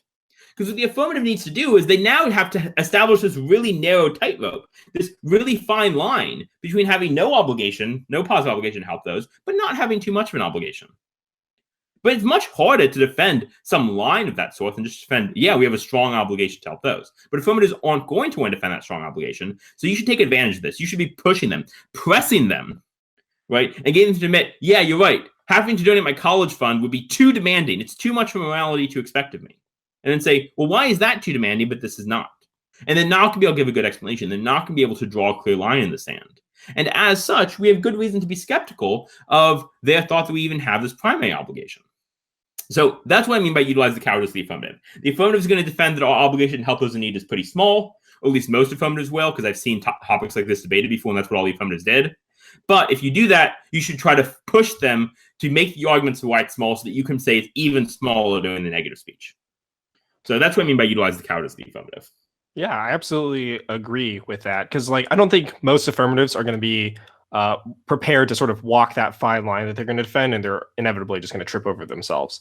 So I think this leads very well into the first main argument, I guess, that the negative can forward, which is along the lines of morality being sort of over demanding if it were to obligate us to, act in the face of injustice. And I think this is closely related to the reasons for why some philosophers try to maintain a strong act-omission distinction, because they think that sort of blurring or eliminating the line between the two would be overly demanding. And that's about the extent to which I know the argument, so I'll just, again, let Marshall talk. The over-demandingness is a really interesting question. And the general thought is that we don't want to say that morality demands too much of us. So a common objection to utilitarianism is that if utilitarianism was true, it would have incredibly radical implications where we could never pursue our own goods, never pursue our own projects, because we'd be constantly under obligation to help those. We could always be doing more. We could always be finding more money to donate. There's always another dollar that it seems like we could find. There's always some more time we could give to those who need it more. So parents, right, they can never buy Christmas presents for their kids because that money could certainly be used to buy food for a different kid. Parents can never take their kids on vacation. Parents can never save for their kids' college. Parents can never go to PTA meetings. Because honestly, how much difference is you going to a PTA meeting going to make? Not that much to the overall happiness of your kid. But that time could be incredibly valuable if you spend it working, get another $20, which you can donate to those in need. So the thought is that the implication of utilitarian theory would be incredibly demanding, overly demanding, to the point that can't possibly be what morality demands. It can't be that to be a good person, you have to be constantly doing this good. If that were true, then think about all the people who were horrible people. People we consider to be great moral exemplars. Pick about any moral exemplar you can think about in all of human history, and they won't have been good on that sort of overly demanding stance. Clearly, these are good people. So morality can't be so demanding of this sort. So the way that I understand it, there's a few different implications of this. So there's the first that it sort of makes utilitarianism self-defeating on its own terms because it's sort of not a pragmatic moral theory. The second is that it can't motivate people to to like be good people, since they will inevitably never live up to the stringent demands of morality. And I think the final one is like, from what I understand here, is that it sort of destroys the moral agent in of themselves and sort of renders their life not worth living, sort of hurts like your ability to be like to have like moral character and to like live a fulfilling life. Is that sort of like is that like a sort of accurate description of some of the implications of the over demandingness stuff? Yeah, so I don't think those first two implications really make any sense. But the third one is getting at something sensible. And this is the idea that think about the things that really are important in lives. Things like personal projects, hobbies, relationships, friendships, family. These special obligations we have to people, these particular projects that are defined in terms of what we do, things like going to debate tournaments, right, are really important in making our life our own and giving our life its individual character, its value to us. It's what makes it our life that we can do these things.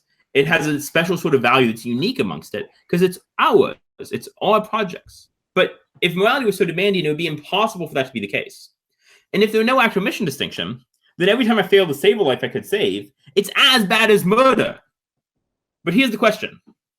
Would it ever be okay to murder someone if that's what it took for you to go to debate nationals? No.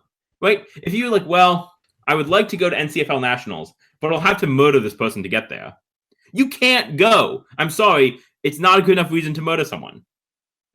But if you could instead be using this time to possibly save someone's life, and that's just as bad as murder, then you can't go to nationals. You can't do this project. You can't do this thing that makes your life worth living. Similarly, suppose that the only way you could have a child is if you murder someone. Then I'm sorry, you can't have a child. But if raising a child is going to require you to not help someone else in ways you could, like raising a child is incredibly expensive. It costs hundreds of thousands of dollars for most families to raise a child. That's many lives you could save. So if there were no act or mission distinction, then having a child can only be done by murdering hundreds of people. Well, maybe not hundreds of people, like certainly like 50 people or so, right?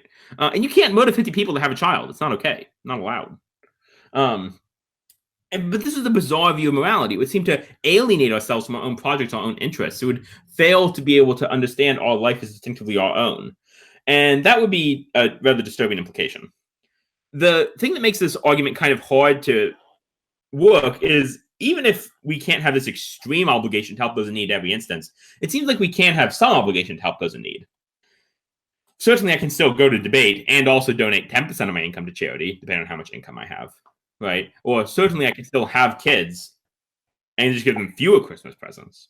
So what the negative has to do here is show either how the affirmative arguments, if they worked, would imply this extreme over-demandingness. So if your utilitarian argument worked, we could never have these personal projects. So it's a bizarre theory. So you can't be right that we have this positive obligation, which is a natural way to make this argument. But it'll only really work against like the utilitarian version of the AF. It won't really work against the virtue ethical AF or the deontological AF. Another way to do this is to say, well, actually, here's the reason that we have this act or mission distinction, and it's a reason that would suggest you should, in general, negate. This is an argument which you can get from a philosopher named Gilbert Harman.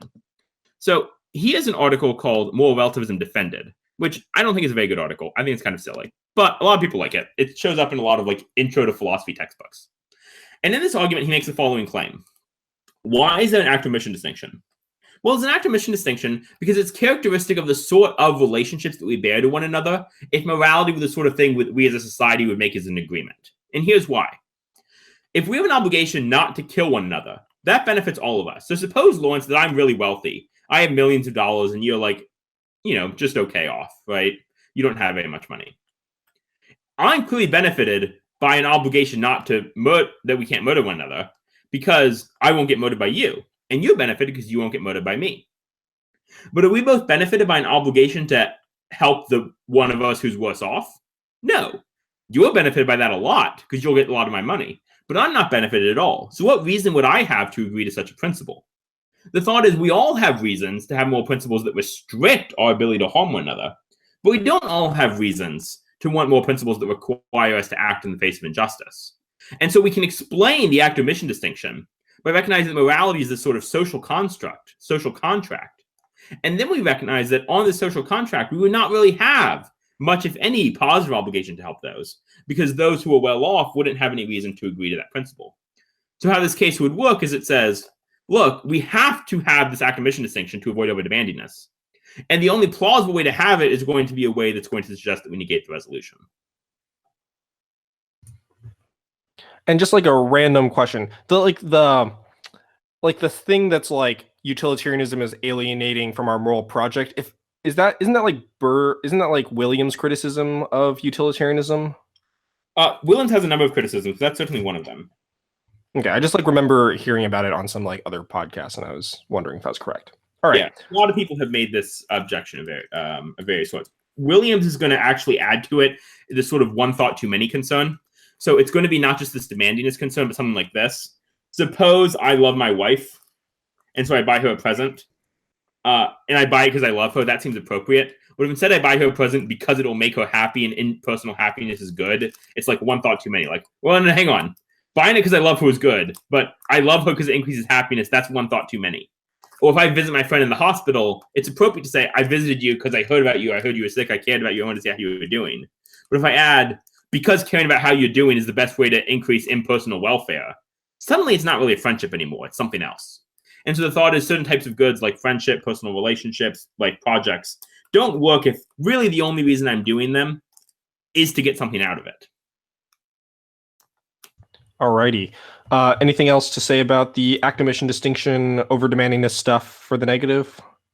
No, not really. I think this position is fairly uncompelling against anything but the utilitarian case, affirmative, and it's going to be most effective if it's both a utilitarian AF and utilitarian AF that had this sort of small restricted obligation to act, because then you can use this cowardice CX strategy and then combine it with a pretty compelling negative case.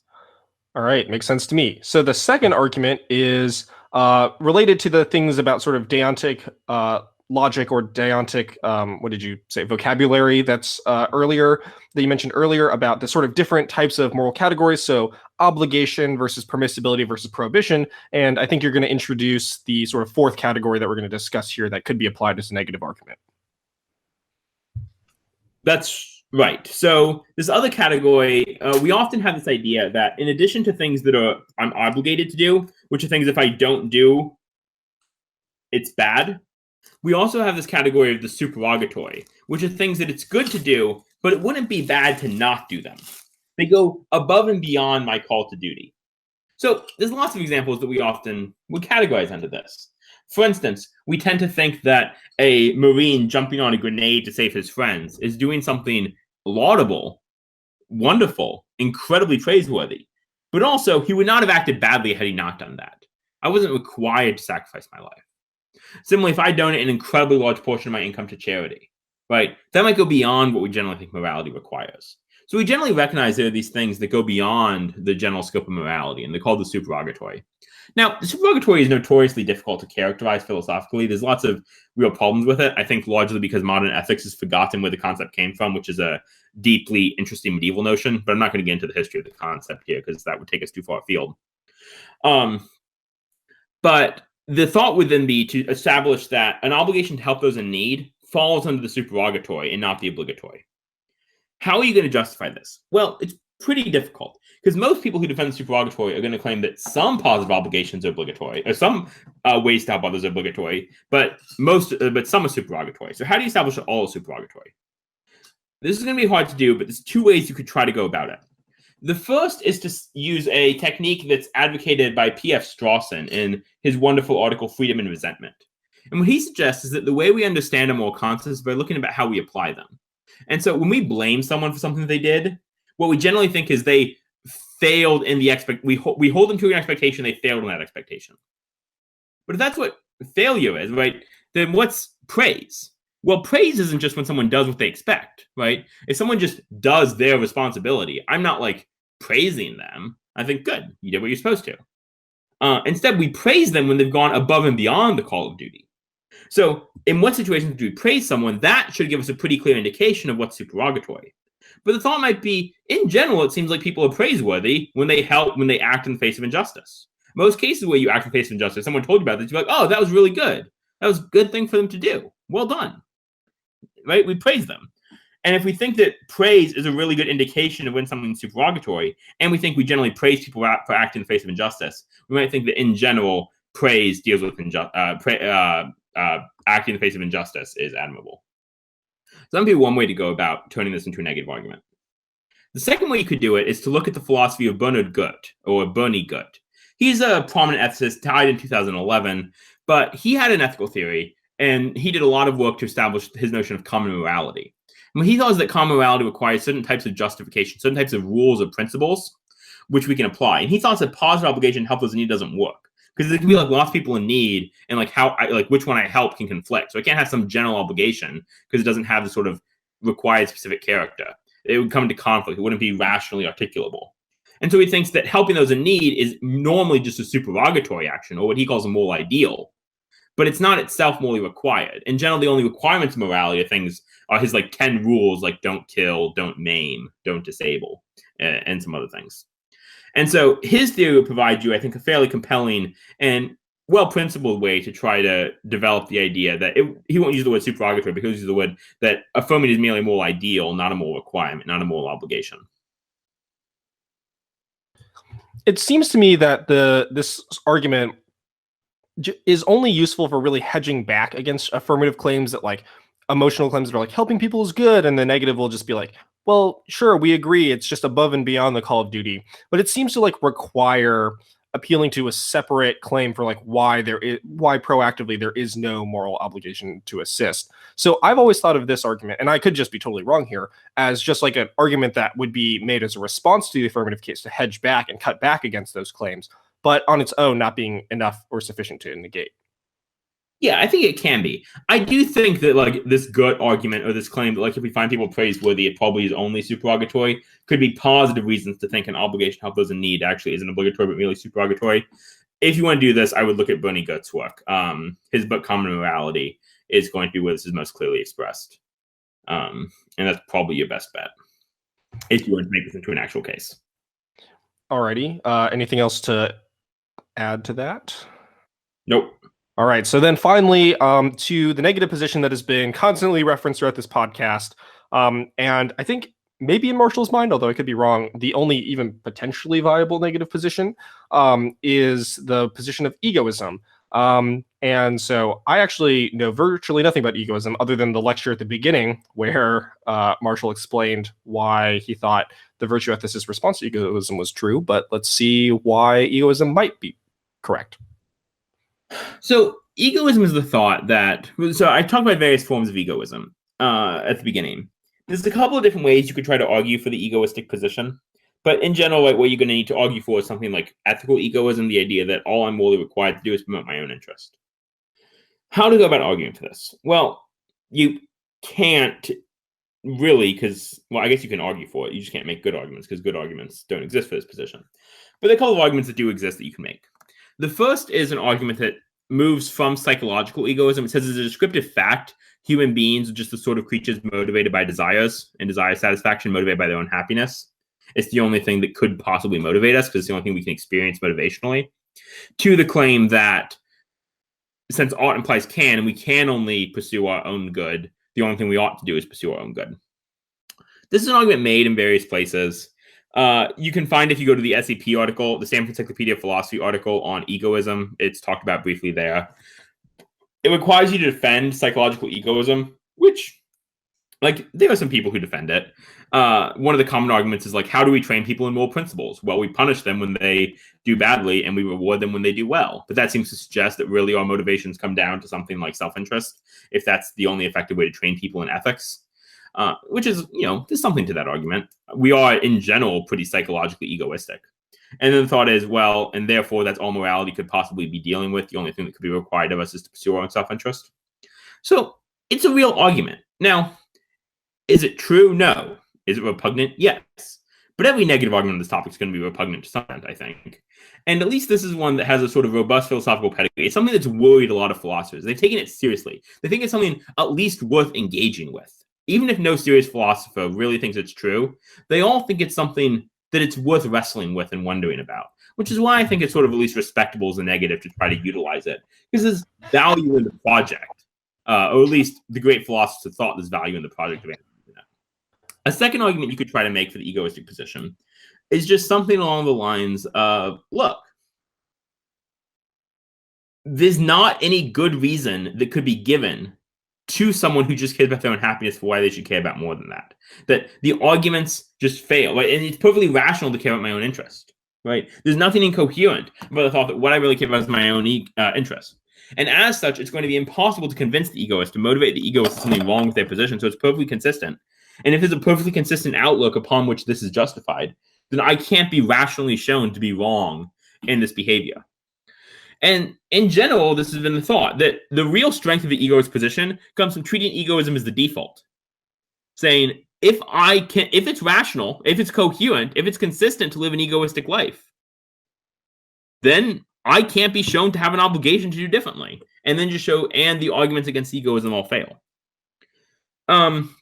Now, it's worth noting briefly that you'll want to prepare for the strategy really well, because there's some compelling arguments against egoism that don't require the points that I made previously about how actually, even if you care about your own happiness, you should care about the obligations to other people.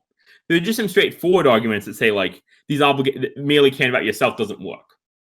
In my opinion, the most compelling of these arguments comes from a philosopher, Bishop Joseph Butler. He makes this really compelling argument, which says something like this. Here's the thing. If you really care about your own good, sometimes the pursuit of your own good requires caring about other things for their own sake. So here's one way to put it. Suppose that I'm kind of bored around the house. I need something to do. So I'm like, I'm going to pick up gardening. Well, if I just start gardening and I'm like, I'm really good. I really hope these plants turn out well. I really care about these plants. I'm likely to have a good time. But if instead I just keep thinking, all right, now I'm going to shovel the dirt and it's going to be fun. It's going to be fun this time. I'm going to enjoy it. If I'm constantly trying to make sure I'm like getting pleasure from digging this hole or planting this tomato, it's not going to work. If I'm focused on my own good, I can't experience the good of gardening because the good of gardening requires me to care about the plants. Similarly, friendship is a source of incredible good. A life with good friends is better than a life without friends. It's better for me. It makes me happier. But I can't have friendship if I don't actually care about my friends for their own sake, if I don't actually care about their good. So the thought is, to pursue your own good, you have to really, truly care about things other than your own good. If that's true, then it can't be right that all we ethically obligated to do is to concern for our own good. And so egoism fails. It's a fairly compelling objection. There are responses to it. You should read the Stanford Encyclopedia of Philosophy article on egoism if you're curious about this sort of position. But that's at least sort of thoughts you might have if this is the route you want to take the topic. All right, so I saved this last thing for last and avoided mentioning this person's name up until this point in time, but I feel like it inevitably will come up, so it is something that we inevitably must grapple with. The name of Ayn Rand and objectivism.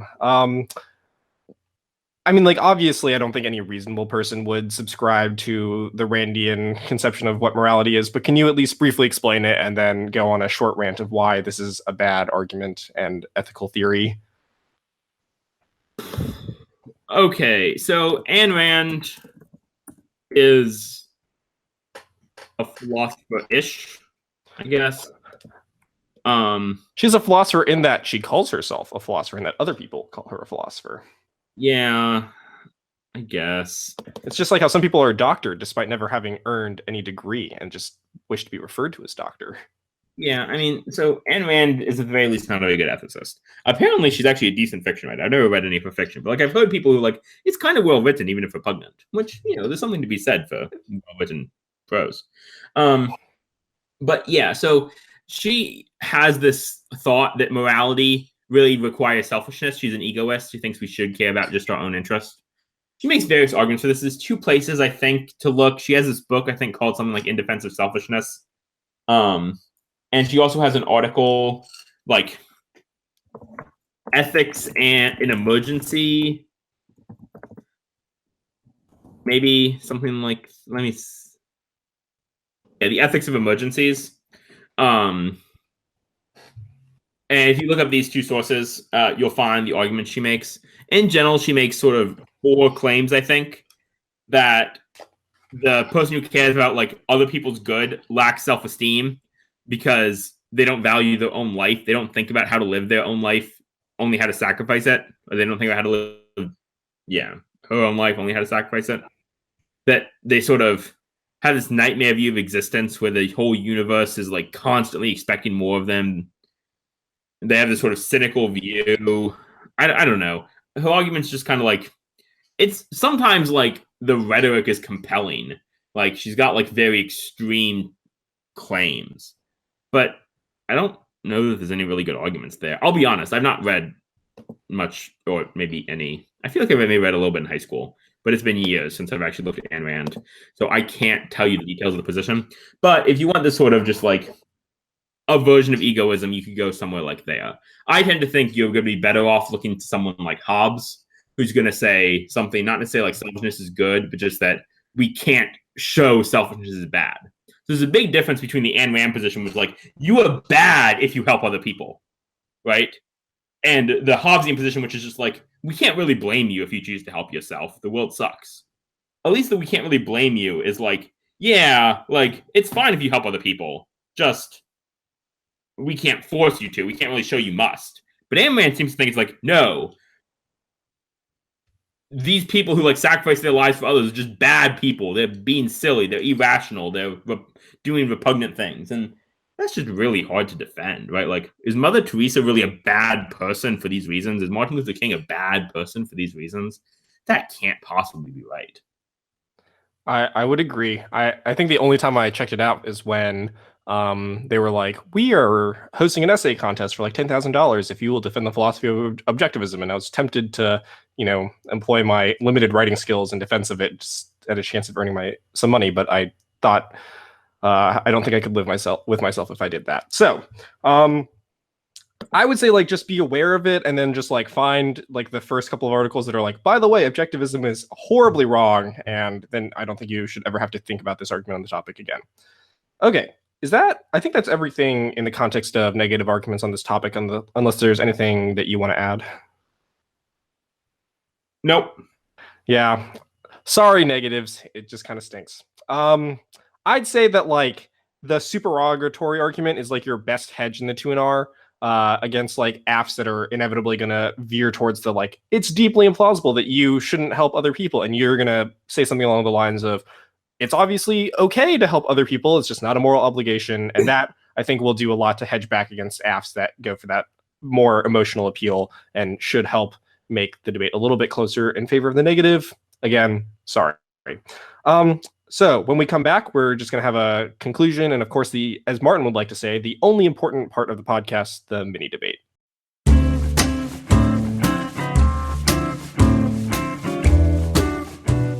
Well, that's our episode for this week, and we hope it helped in preparing for CFL Nationals. I actually think this episode was so good that I'm going to recommend that everyone just sort of listen to it generally, because it presents a lot of philosophical thought in like a very easy to understand, concise, and like very informative manner, such that would inform all debaters, no matter what the topic is, because I think these are just like very general philosophical questions that have relevance for all value propositions in Lincoln Douglas debate. And so I think, like, regardless, you should listen to it. I also think, for those listening on this topic, I think this is a very unique perspective that, like, no other source can really give you, because this is such, like, an easy to understand combination of all the different ethical theories and how they apply to this topic specifically. And so I really like this episode. Once again, thanks to Victory Breeze for sponsoring us and for you all for making this podcast possible. And please remember to subscribe to us on iTunes and follow us on SoundCloud. Reviews are super helpful. And as always, if you have any questions, comments, or suggestions, please email us at theargumentclinicpodcast@gmail.com. We've received a few emails recently, and I hope you liked our replies, but we'd like to hear more from you. Episode suggestions, comments about what we can improve, or just questions about anything that has been discussed here. I'm sure we can send you some sources if needed. All right. Thank you, Marshall, so much for this episode. Thanks for coming on and dedicating your evening to us. You're welcome. I will say, though, that as I mentioned earlier in the podcast, a huge benefit of camp is just listening to Marshall talk like this for the entire day. Imagine how much philosophy you will learn if you just come to camp. Alrighty. So usually, Martin makes me do a mini debate that I reluctantly agree to because he's the host of this podcast and I do his bidding. But Martin is not here. and I don't really feel compelled to do it because I know I would lose to Marshall. He said earlier that he was very good at debate and could defend himself in church against anyone who accused him of doing anything unethical, and I believe him, and I don't think I could beat him in any debate. So instead, in line with the topic that is presented here, I think we'll have a short discussion of our favorite charities, because I think it's like a very relevant question to the topic of acting in the face of injustice. So as the guest, I'll let Marshall go first, as he has for most of this podcast. But do you have a favorite charity, Marshall? And if so, what is it? I'm not sure I have a favorite one per se. I tend to donate to a number of different ones because I think that there's value in sort of being involved with lots of different projects of various sorts. The one I am most personally invested in is International Justice Mission, which focuses a lot on different forms of legal advocacy to create different structural changes to fight things like child slavery, sexual trafficking of persons, wage slavery, things of that in various places around the world in the United States. I'm especially involved there just because I have a number of close friends who are very involved in the organization. My parents were fairly involved with it while they were living in India, doing work, for instance, working on curriculum development for children who are rescued from sex trafficking and things of that sort. So I really like that organization, and it is important to me on a personal level. What's it called again? The International Justice Mission. Awesome. I actually not heard of this one before, and I was actually earlier this semester looking up for a church, local church, a good organization to donate to help combat human trafficking, and I think this is a good fit for that. Surprised I didn't come across it. So my favorite charity, and Marshall pointed this out to me during the break that we had, is the Against Malaria Foundation, and he accused me of being one of those effective altruist people, which is true because the Against Malaria Foundation is or has been, if not I think still currently is the top-rated charity by GiveWell, and GiveWell is an organization that tracks the effectiveness of charities by sort of monitoring how much donation money they receive and then seeing how much of that is actually used and not abused, corrupted, and squandered, and then how much money it takes to sort of save a human life. And the Against Malaria Foundation is top ranked because they are very efficient in their use of money with virtually no waste spending. And what they do is they provide funding for long-lasting insecticide-treated net distributions in developing countries, because malaria is just like a very significant source of deaths in those developing countries. And so I like Against Malaria. I actually came across it while listening to a podcast that had the philosopher William McGaskill in it, who's like one of the youngest philosophy professors ever at Oxford. And he was instrumental in sort of picking up the effective altruism movement that Peter Singer, that we talked about earlier, started, and sort of bringing it again into the mainstream. And I'd recommend this charity if you're just like unsure of where to give, but I actually never heard of International Justice Mission, and I think that's the correct name, right? Yep. Okay. I'd also recommend that one too. I'd never heard of it, so I'm actually probably about to get off this call and go research it myself. I think it's like kind of important to know good charities to donate to, because in the past there have been lots of scandals and controversies surrounding charities. So if you're going to donate, why not donate effectively? Okay. I think that's good. I don't actually want to have a real debate because, again, I'd lose. So instead, we're going to sign off of this podcast. So Martin has this saying that he really likes and forces me to do all the time. Marshall, are you aware of what this closing statement is? I am. Okay. So would you like to do this for us? I'm not going to do it because I have to do it every weekend. So it's going to be you this time. Would you like to sign us out? Definitely just splice in a section of Martin saying it so neither of us have to degrade ourselves. We could do that. And in fact, we will do that. Thanks for listening. So stay frosty.